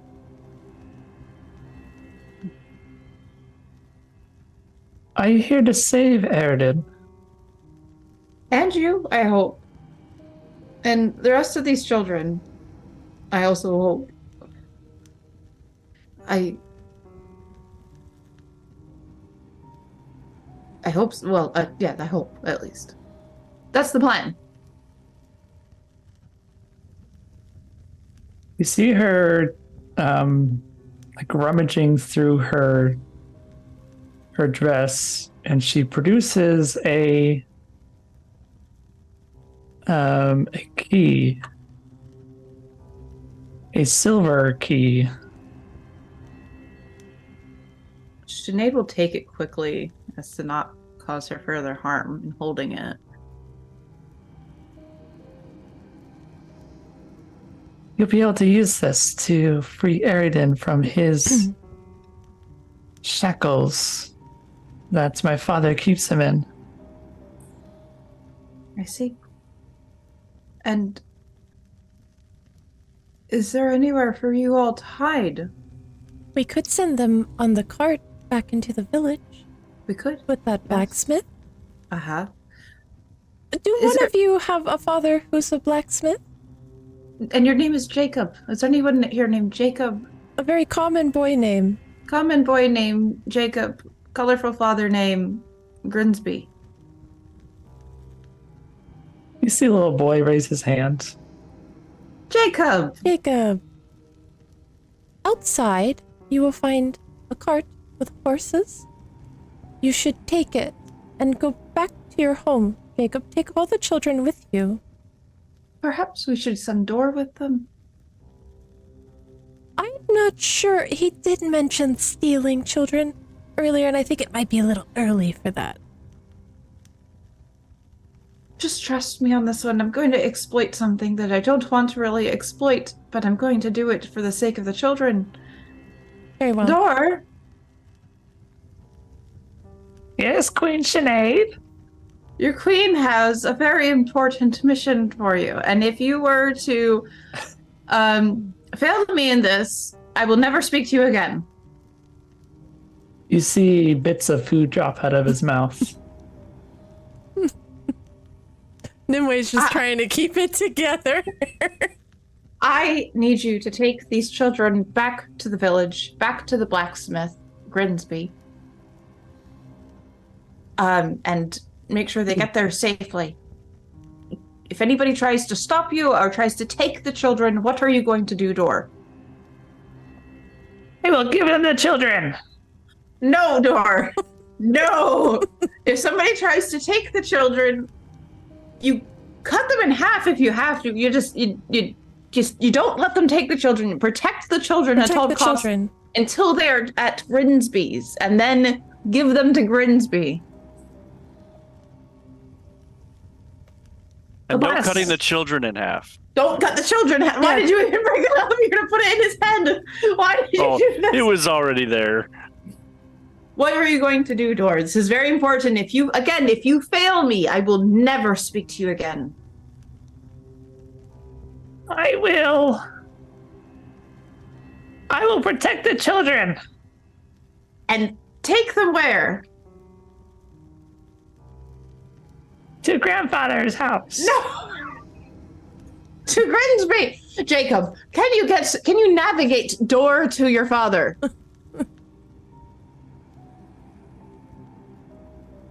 The little boy nods at you. Great. Door. Protect the children. Follow Jacob. And protect the cart and the horses, too. And protect the cart and the horses. Yes. Okay. We need those. Door grabs Jacob's hand, and Jacob leads him outside with all the children. Don't fail me, Door! Nimue's gonna turn to Seonaid. Well, I have this for like an hour, so we could do whatever we want now, right? We could probably get to the basement without much of a problem. I think that we can. I think that we shall go now. And quickly. And the sooner we have Eridan, the sooner we can face off with his father. True. And she's going to sort of motion for Nimue to sort of lead the way, since she knows this joint. I am this joint now. I'm the lord of this joint. You are the lord of the joint, yeah. Okay. If you follow the advice of the two people, well, not really advice, but you heard them talking about there's a secret passageway in the servants' quarters. All right. Nimue, who is currently disguised as Valorcan. I'm going to pronounce his name wrong every time. That's okay. Is going to lead everybody there to the secret tunnel. Tunnel. And I imagine if her and Seonaid knew the song, they'd be singing it on the way there. They would.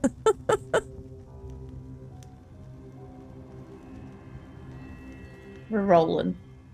With We're the moving, we're grooving. homies. Oh, yeah. That's what it is. Okay. With the homies. So after since you're dressed up as Valorcan, you can just kind of walk around all you want. Eventually you find the room which has the words servants' quarters on the outside on a nice patinaed bronze plaque. You open the door, which is unlocked, and the small room appears empty with neatly made cots and personal belongings tucked away. You investigate the surroundings, knowing that there's something hidden in here, and you find a patch of the wood wall has been severed from the rest.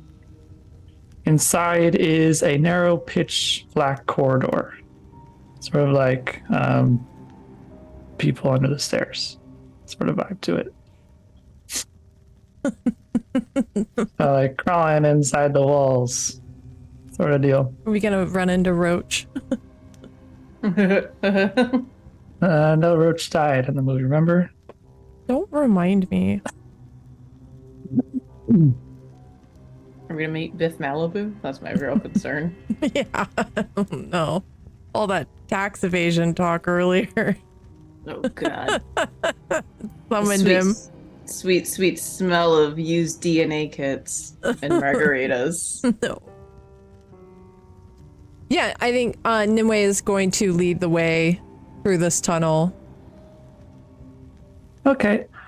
So, following the twisting pathways leads you towards faint echoes of anguished cries and clanking chains.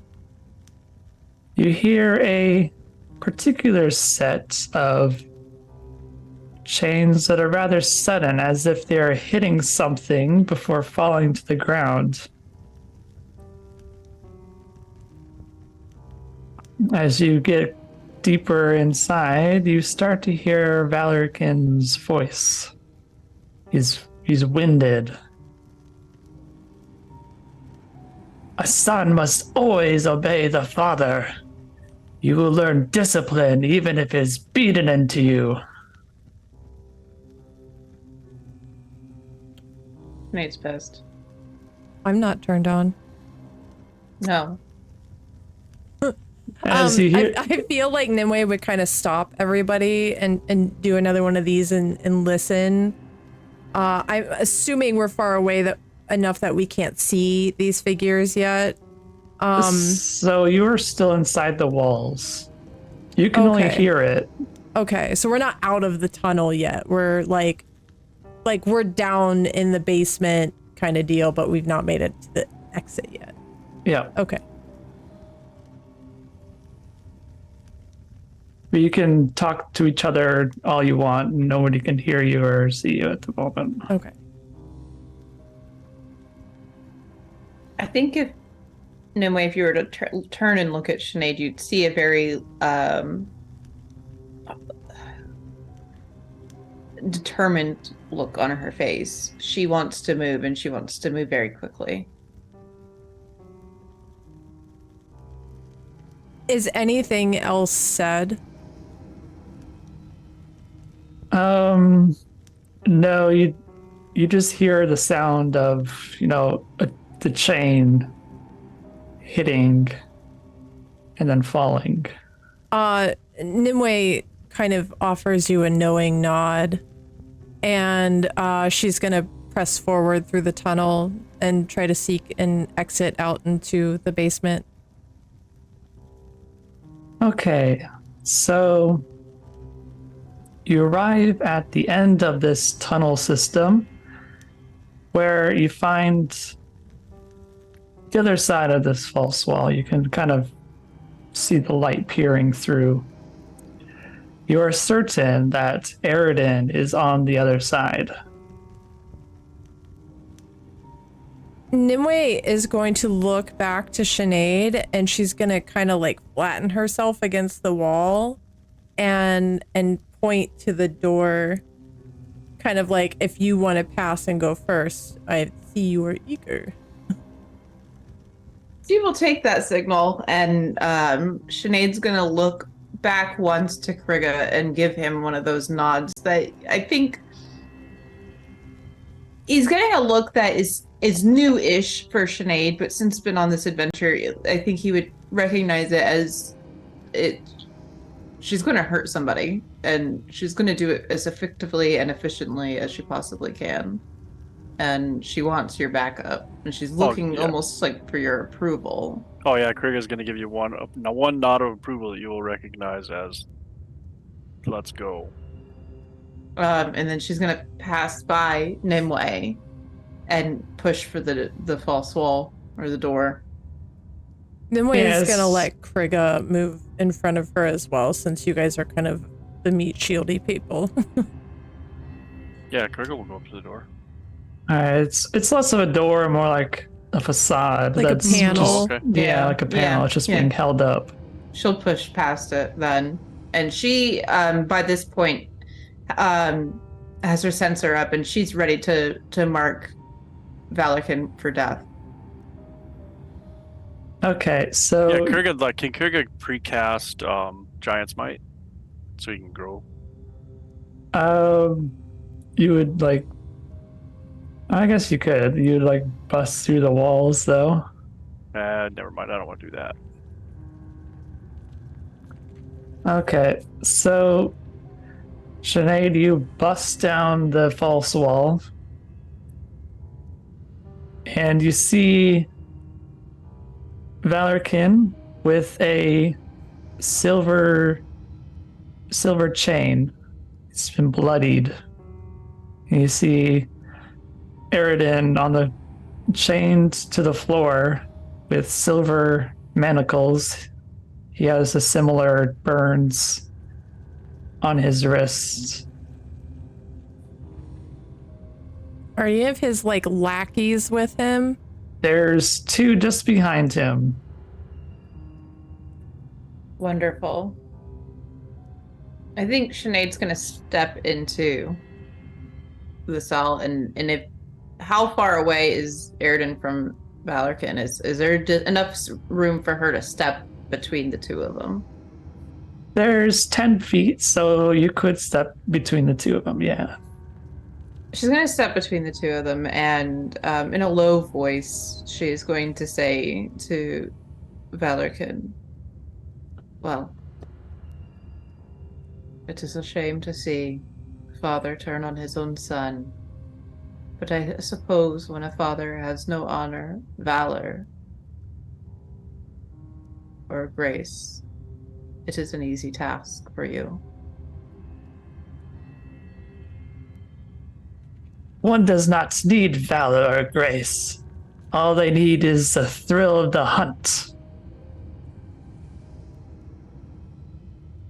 You, sir, are by far the worst huntsman I have ever seen. To see your prey chained so helplessly. How pathetic is that? And she's going to go ahead and use Channel Divinity and mark him for death. Okay.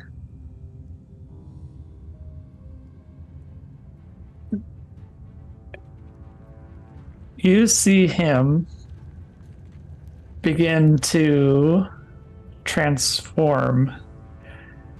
Hair begins to grow on his arms and legs. His posture begins to hunch over as you hear the crack of the bones of his back arch. And you see his face become more wolf-like. Can I? Oh, go ahead. I'm sorry. Oh, before long, he has transformed completely into a hybrid wolf man. As he's doing this, can I get a hit on him? Yeah. Okay. Yeah, wait. Oh yeah. Okay. Oh baby. Here we go. Wait. Mama's ready. Wait. You gotta roll initiative. God damn it. You motherfucker. Yeah, let's see who goes first. Well, I got a 16, so. I got a 14. 12 for Mars. 5 for Krigga. Just to clarify, Krigga, when she went into the cell, did you follow her in? Absolutely. Okay. I hope Valor can get to 1. I hope he gets a critical fail on his every roll. Mm-hmm. Let's see. So, sorry, read. Let's see. Seonaid, yours was 16. 16. Mars, yours was 14. Krigga, yours was 5. Mine was Mars was 12. Oh, yours was 12. I was 14. Okay. Thor's not here, and the other NPCs who have not paid. Stats for not participating, like I imagine we probably would have left them in the cart to protect that with the horses. Exactly. Okay. Yeah, we could do that. Zara and Like Cedric. Zara's watching the horse and cart, Cedric's watching Zara. Yeah. And they're all going to the blacksmith's with a heap of children and Door. Who certainly knows what he's doing. It's fine. Look, Jacob knows where he's going. That's all that matters. The 10-year-old, very commonly named boy knows where he's supposed to go. And nothing's gonna hurt them because Door will kill them all dead. Sure. Including the children if it counts to protect them. Sometimes you gotta cut a child in half for their own protection. Listen, I told him that Seonaid will never speak to him again. True. All right, Seonaid. I'll let you get a bunk in. As he's transforming. Woo! He is vulnerable, and you're Bonus next bonk. to him, so. I have a table question for you, though. So if I'm casting Inflict Wounds, am I using my sensor as the melee attack, or it's just a melee attack? It is a touch spell I'm just attack. grabbing him. Okay. You touch him, you can poke him, and it'll kill him. Okay. Yeah, baby. All right, I'm going to cast Inflict Wounds. I am going to use one of my advantages. Okay. We're rolling. Roll in. I got, I got 2 16, so 16 plus 7. So you do the math. I think I did it. Yes, you did it. Good job. Absolutely. That's 3d10, Duro, of necrotic damage. Actually, Can I upcast it? Will you let me upcast it? No. Usually you say what spell level It's fine. it is. It's fine. It's a first level spell. It's fine. It's Okay. 3d10. I'm being greedy, okay? I'm being Okay. greedy. Being greedy. That's a 7. That's the wrong dice. We'll count that as a 7 because it was a percentile die. That's a 4. Come on, give me a 10. Give me a 10.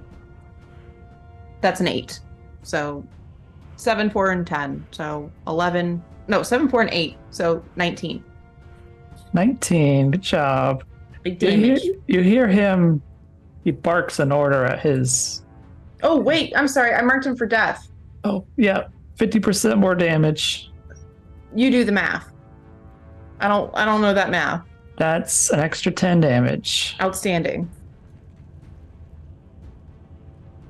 So rounding up. Okay, so that's 29 points of damage total. Woo!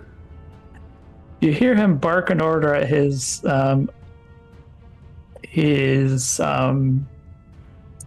underling. Get over here and deal with them.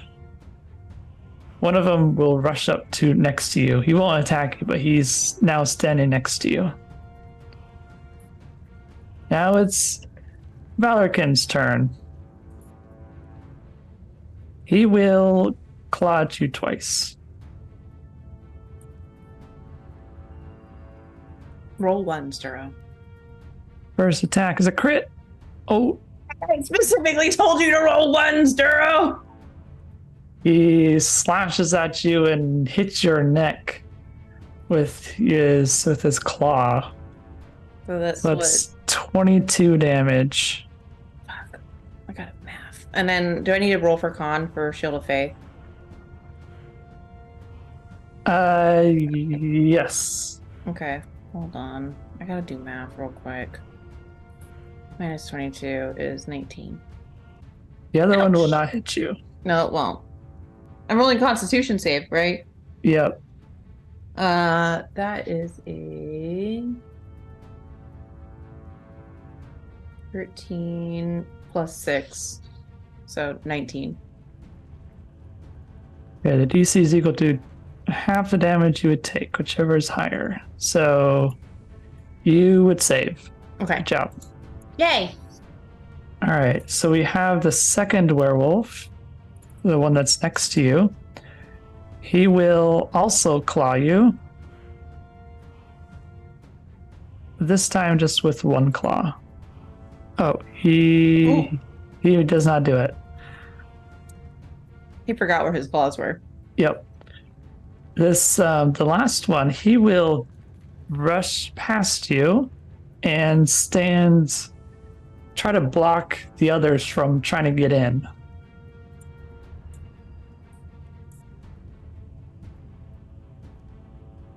Now we're back to Sinead's turn. It's your turn again. Okay.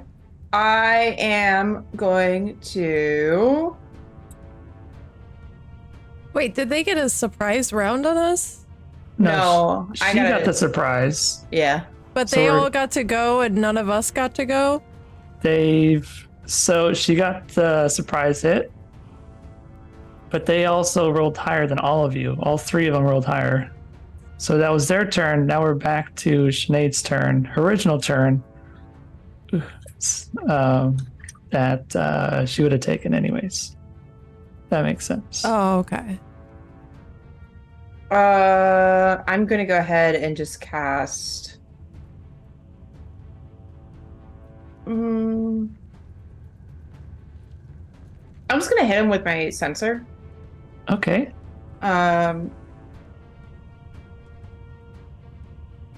Should be. It's not gonna hit. It's a 7. Okay, that's too bad. I'm gonna bonus action spiritual weapon behind him though. Okay. And then attack him with that. That is plus 7. That's a 15 plus 7, so that hits. And then it is a D8.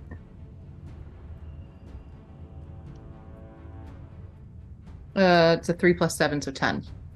Nice. Okay, it is Nimue's turn. You said that one of them is blocking the tunnel, right? Yes, he's now standing in front of everybody, so you'd have to walk past him to get to Seonaid. Can I see everyone though? Like, can I see through the tunnel into the room? Yes.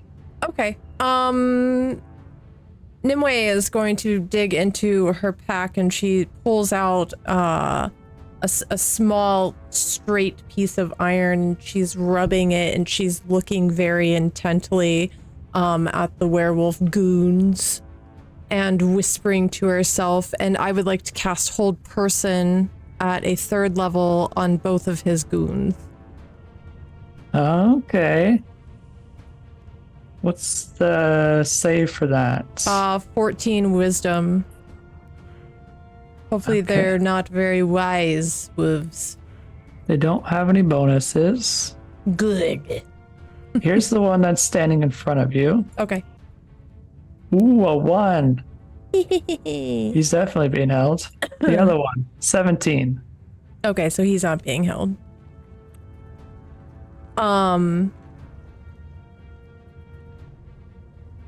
And then at the end of each of its turns, it can roll the save again to see if it drops the spell. Otherwise, the spell is a concentration up to a minute. So once she sees that he is like paralyzed in place, she's gonna kind of slip past him and into the room. She's gonna be back against the wall, kind of behind Seonaid. And that will be my turn. Okay, so we are up to Mars now. So the one in front of you is paralyzed, which means you would have attack rolls, or you'd have advantage on attack rolls against it. All right. And if you were to hit it within 5 feet, it would be a crit. I'll do that. I'll walk up to him. And I'll rapier him. Okay.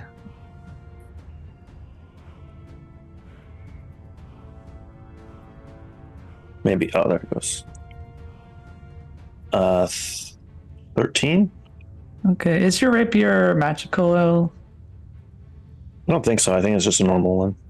Okay, you try to stick your sword in him, your rapier, but you just like bounce off against him. You just don't even, you can't even get inside of him. Fun.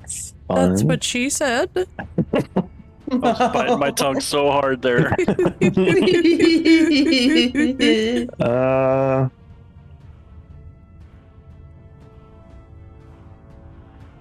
Yeah, I guess bonus action will hide. Okay. So we're up to Krigga now. All right, since the one in front is paralyzed, Krigga's going to sidestep that guy and go up and attack Valarkin. Okay. I'm going to use an advantage on this first roll.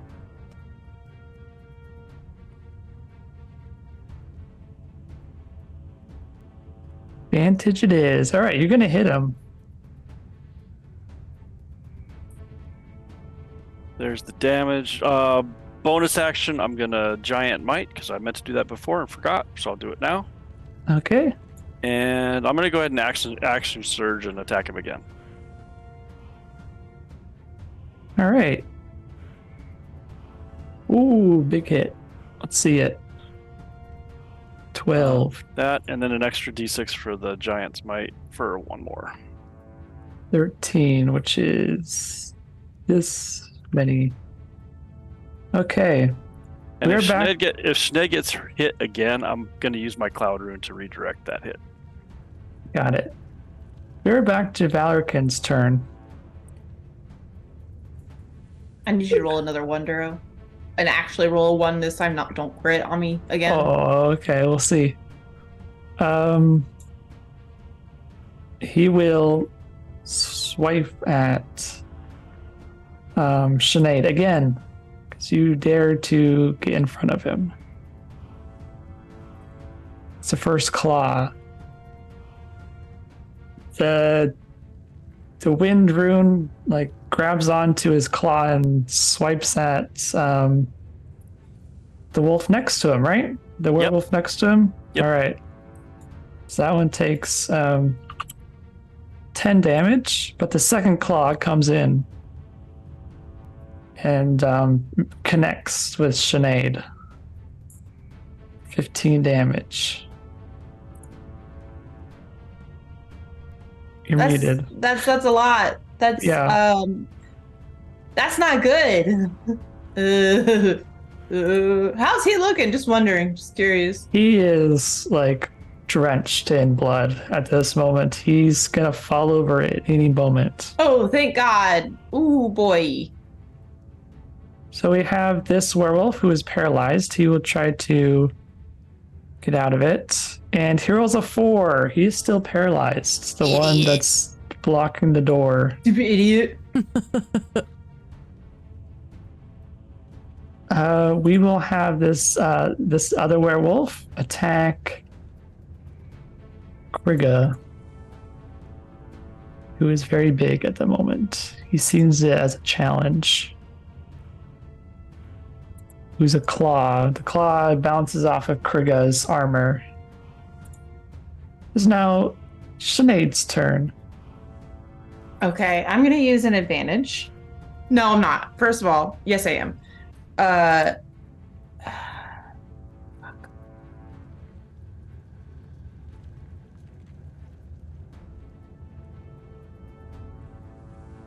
I'm gonna go ahead and bonus action healing word on myself. Otherwise, I might die. So 2 plus 7, so 9. 1, 2, 3, 4, 5, 6, 7, 8, 9. Okay. And then I am going to whack him with my sensor. And I'm gonna roll in here. Doesn't hit. It's an 8. 8. Love that. Love that for me. That was probably not the best decision I've ever made, but it's fine. Oh no, I can't, and I can't use my spiritual weapon this round, can I? Yeah, you can. Oh, okay. Well, I'm just kidding. I've already bonus action though. Oh wait, no, you can't. Yeah, Sorry. so I can't. Yeah. All right. So just kidding. I think I'm going to use this moment though to shout at Krigga to she's going to cry out for help for him. And it's very much one of those moments where a girl needs her dad. It is Nimue's turn. You said Valorkin's looking pretty rough, right? Yeah. He's already taken a pretty big beating. And do I get advantage on attacks against the held creature? Yes. I do. Oh. Mm-hmm. It's paralyzed. I'm gonna assume that Krigga is gonna get the final blow on Valorkin. I'm gonna let him have that because I want this advantage on this other guy. So you see Nimue lift a finger to point at the held werewolf, and that's a fucking crit. And you just see a bolt of energy streak out of her finger and like force this poor paralyzed wolf backward a little bit. That's double dice or double total damage? Double the 2 dice. You roll 2 dice. All right.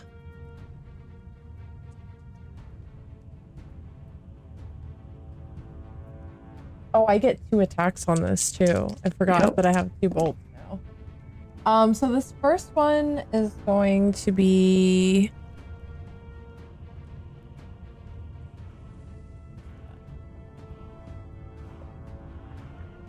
15 plus... Okay, so 18 damage on that one. And then I'm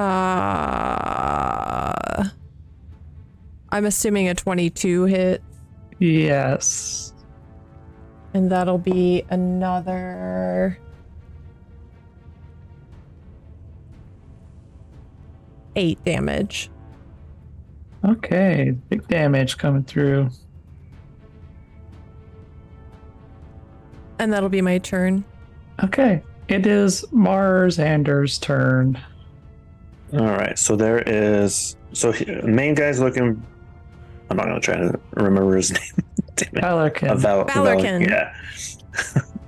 He's looking rough, and then there's still the one next to you and the other one that's next to Valarkin.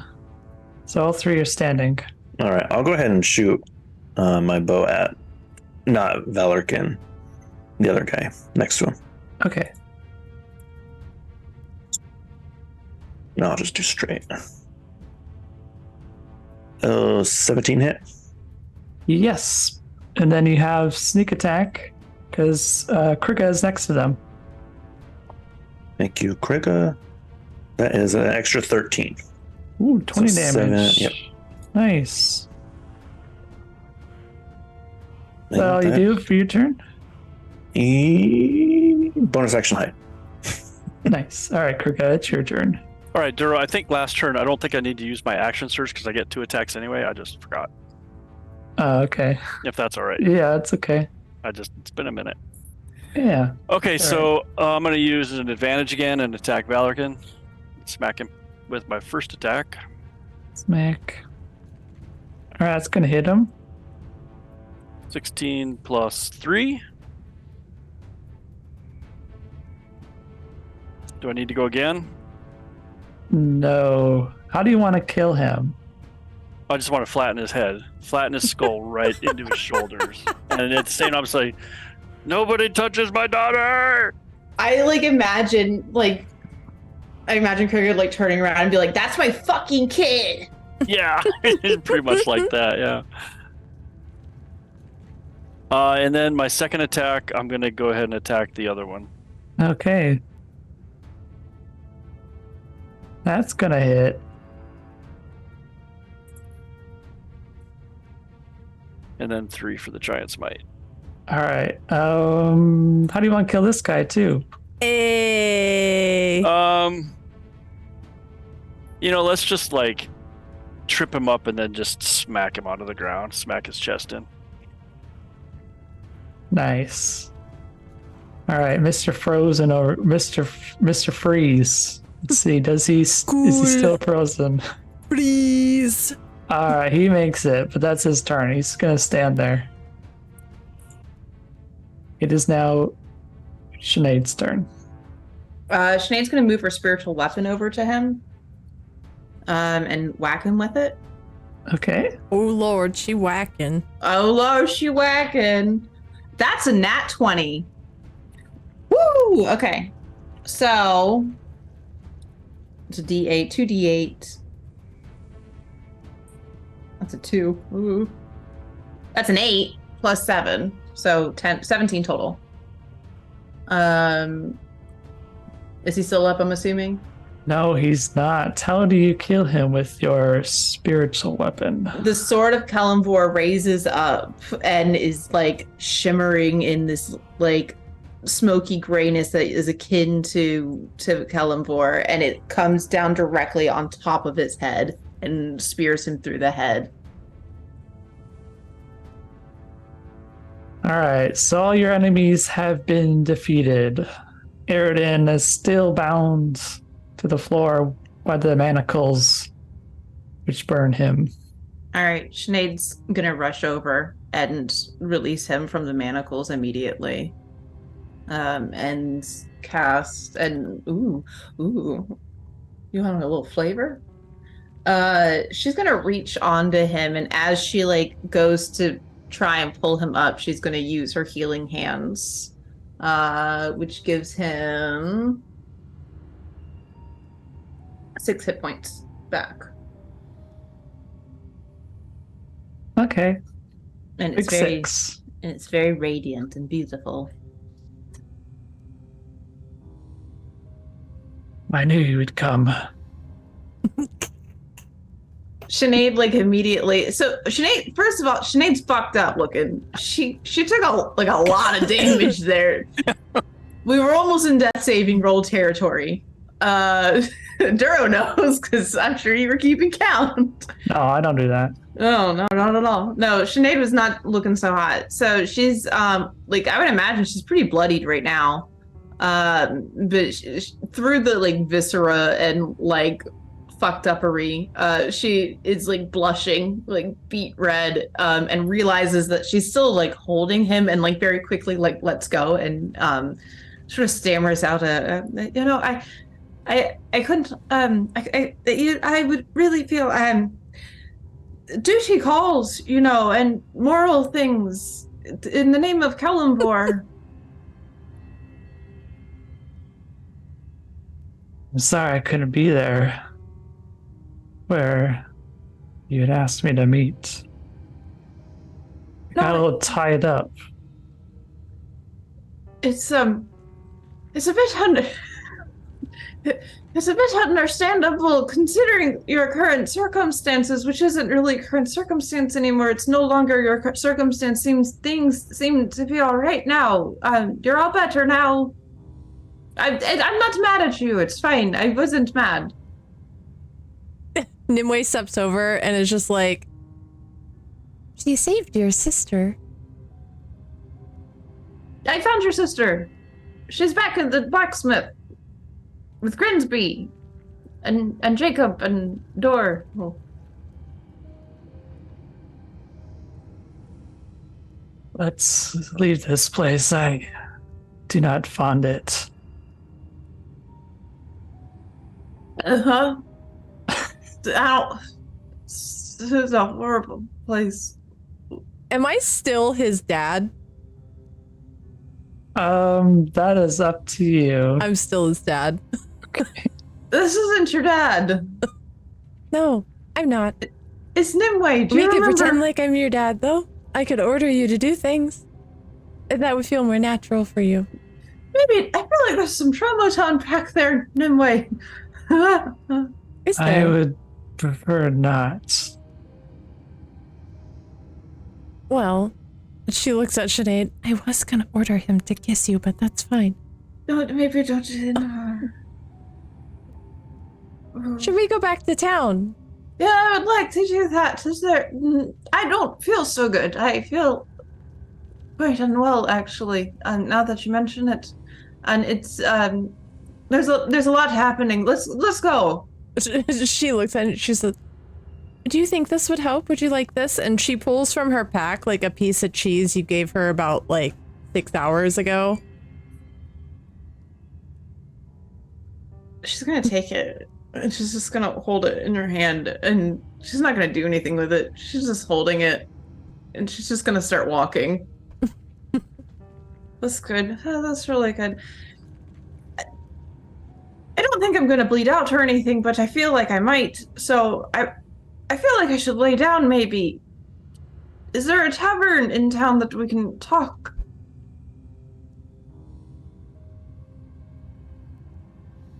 There's a place we can go to. I'll show you. You see Nimue like just behind him, like doing the eyebrow wiggle. Sinead's face is like just beet red, just like so red right now. She's, yep, that's good. You can lead the way there, Eridan. I'll follow you. All right, so you come out? You go out the way you came? Yeah. Okay. So you head back out through the tunnels, through the servants' quarters, and back out the door. You make your way back to town, where along the way you see the wagon outside of the blacksmith's home. Should we make sure that this happens, that the children are safe? And I'm sure they're safe. I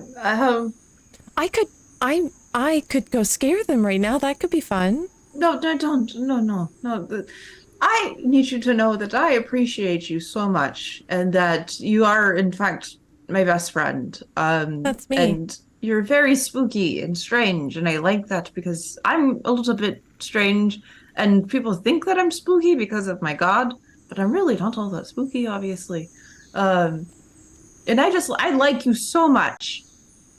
However, please stop giving people more trauma than they need. The good people, at least. Should maybe I drop the disguise? I think it might Is be it best. too much? It's when at the time that it was useful, it was perfect. You could not have done better. Like, I cannot express that enough. However, now at this point, I think it might be best that you drop the disguise. She is going to cast disguise self again and turn herself into Eridan. Is this better? I don't want to have this conversation with you, Nimue. You could practice kissing on me. I don't think I'd like it very much, but it's for you. The whole kissing thing, I don't know what to talk about it in front of Eridan. Anyway, this is fine. This is better, I guess. She drops the disguise and turns back to Nimue. This is Fine, it's fine. It doesn't matter. We should go talk to Eridan, see what he has to say. Can I be honest with you, Nimue? Yes. I much like you better like this. Okay. I think you're quite creepy and strange, and I quite like that. I appreciate that. And she's just gonna, like, kiss your little forehead. She just kind of like leans into it and then back out. Thank you. You're welcome. Here's your cheese back. Oh. You see warm. Merlin like fly from a nearby tree and land on her shoulder and she just feeds it to him. It's so warm It's okay. and so soft. You and just she's see it gonna- like crumbling out from his beak. Yeah. She's gonna follow Eridan now. Mm-hmm.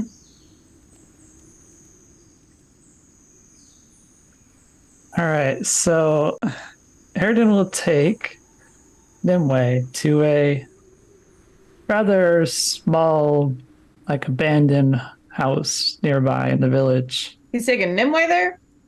Sorry, Seonaid. Okay. My I- boyfriend now. It's because I disguised myself as him and secretly he just wants to kiss himself. I figured it out. Where are we Okay. going? Are we all going or just Seonaid? We should just let Sinead go. Krigga is not going. Krigga, maybe you should check on the children. You know, you're so good with kids. Nimue is following at a distance. She's spying. Can she be like sneaky? 100% that's what she's doing. I love this.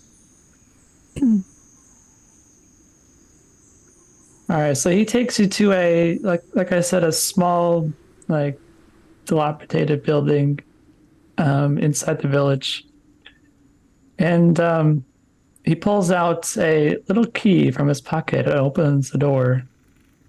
And you step inside, and it's, despite the the dilapidated exterior, the interior is rather well kept.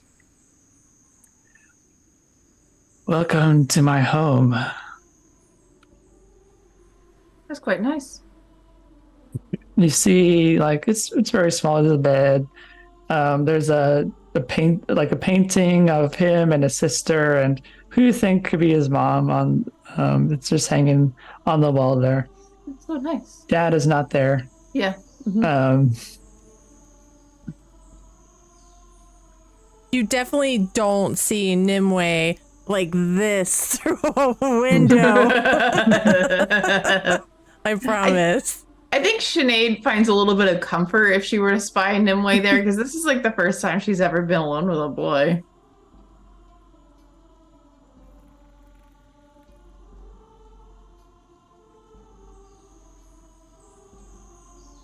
I may know what you've been feeling recently.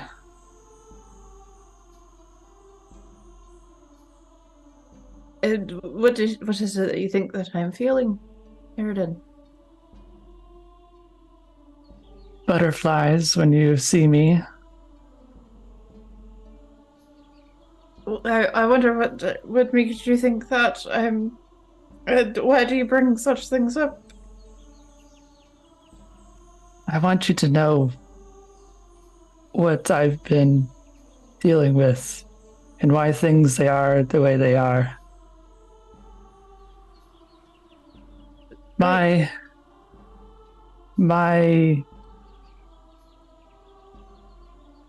form of lycanthropy is different from the others. Some rise with the moon. I can transform at will whenever I choose. It is difficult for me to hold my anger in at times. That's why I've been searching for my sister. She knows me. She knows what I feel, what calms me, to make sure that I don't turn into my father. That is why I've been searching for her for so long. And why I've been shying away from you, I suppose. Well, I find that quite understandable, I suppose.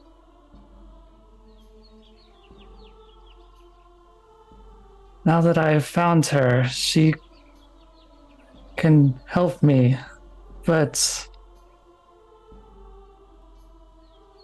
others can help me too.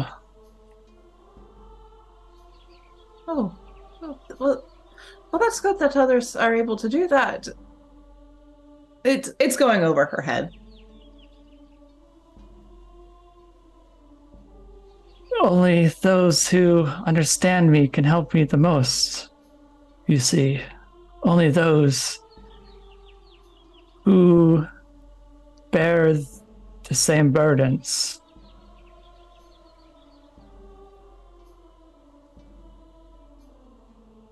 I see there. Right.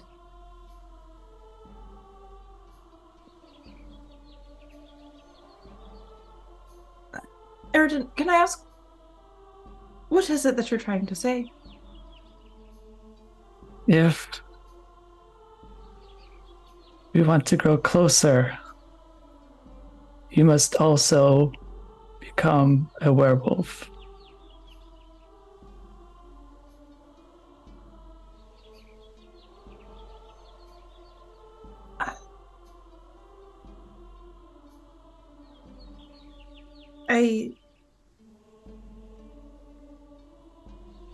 Eridan, what sort of drawback would that have for me?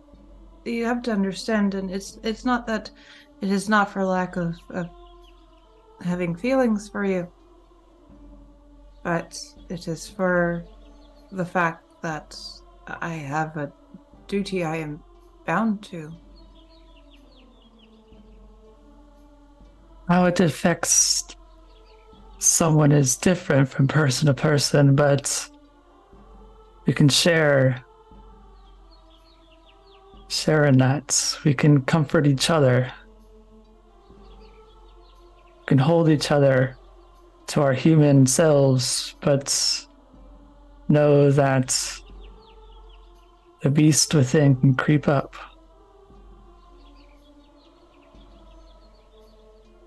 I think at this time she would take his hand and give him a squeeze there.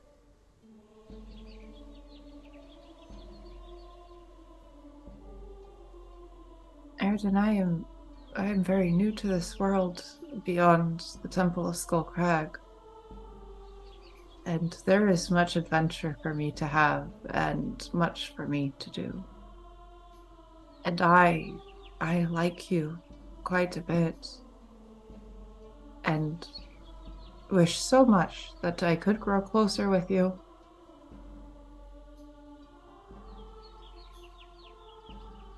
But in this moment, I must be honest. my duty will always fall to Kalimthor. And my task as the Doom Guide. I wish you nothing but love and happiness in your life. And I hope that you find it, but unfortunately I cannot take such an undertaking. I understand your decision.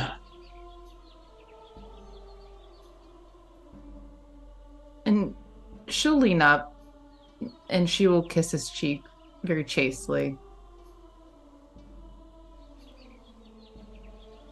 I hope that you and your sister find a peace amongst this rubble, and you will always be in my heart and in my prayers.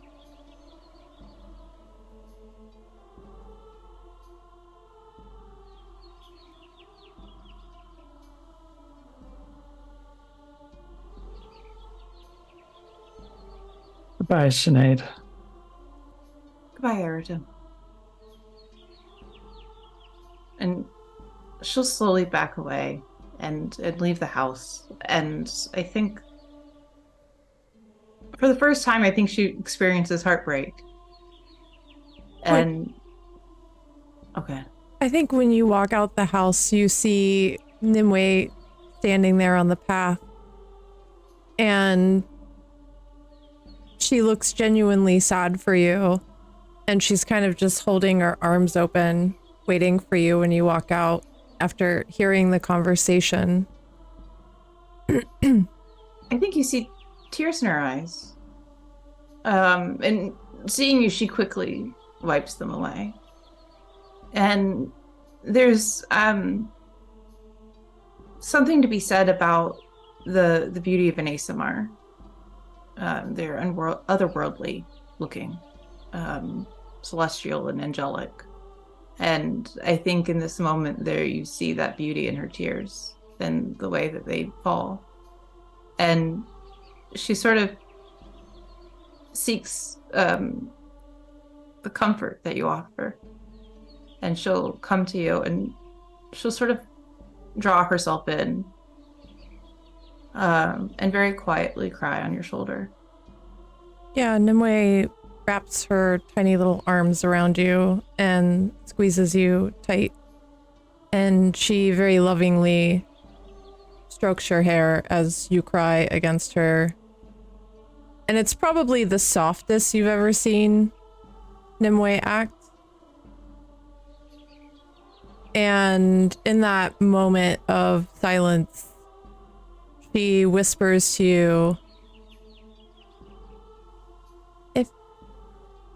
If you ever need to forget him to feel better, I can help you. I think you'll hear a sigh from Seonaid as she she sort of pulls herself back. She'll shake her head and say, no, I would never want to forget him. You see a look of confusion on her face. She accepts it, but she doesn't understand why you wouldn't want to forget something that hurts you so deeply. Should we go back to the others and check on the children? Right. Let us do that then. And she'll start off. And I don't think that even Seonaid really understands why she doesn't want to forget Eridan. I mean, the option to have that is so clear and obvious, but I think in her heart of hearts, she does care for him and would at least want to keep a friendship with him. But she doesn't want to forget that feeling that she got the first time she saw him, that butterfly feeling of seeing somebody attractive and sort of magnetic for her. And she'll walk very quietly next to you and take your hand in hers and sort of in an attempt to show that she's fine and she's cheered up, she'll swing her hand with yours as they walk along together.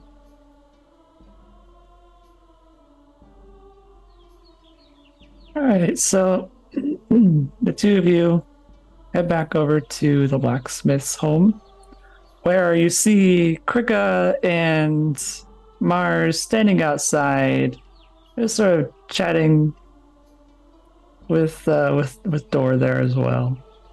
I'm sure With all it's a highly intellectual conversation. Only parts of it. We can't talk about it. It's secret. Yeah. Okay. God damn it.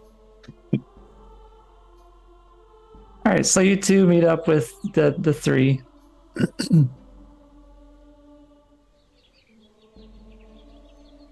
Have all the children been accounted for?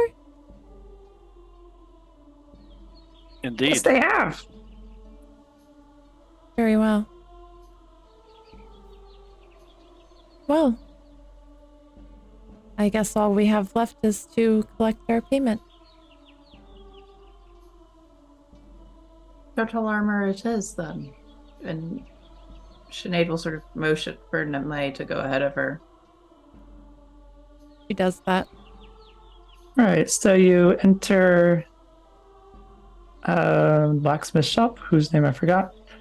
Grimsby. Grimsby. You enter Grimsby. Grimsby's home, actually, where you find Larian and Grimsby in there. They have a little chat as well.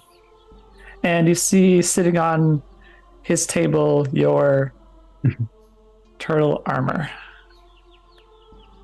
Krigga will get little Krigga out. Sinead, you want to do the honor of putting it on him? I will kind of sort of give you a lopsided smile and pick up the armor and very carefully place it on little Krigga. Mars will lean down to Krigga. Battle turtle. God damn it. Maybe I will turn him into my shield and I will let him fight my foes. That poor fucking turtle. I think that he looks quite handsome. And she'll sort of give little Krigga a little kiss on the top of his head. Larian will say to you, have you seen Eridan? Is she like little? No, she's about your height. She's like part werewolf, so she's a bit bigger. Okay. He's down by the house. Do you know where he lives? Yes, I will go visit him. It's been a while since he's been there. You'll quite like that, I think. She exits the building.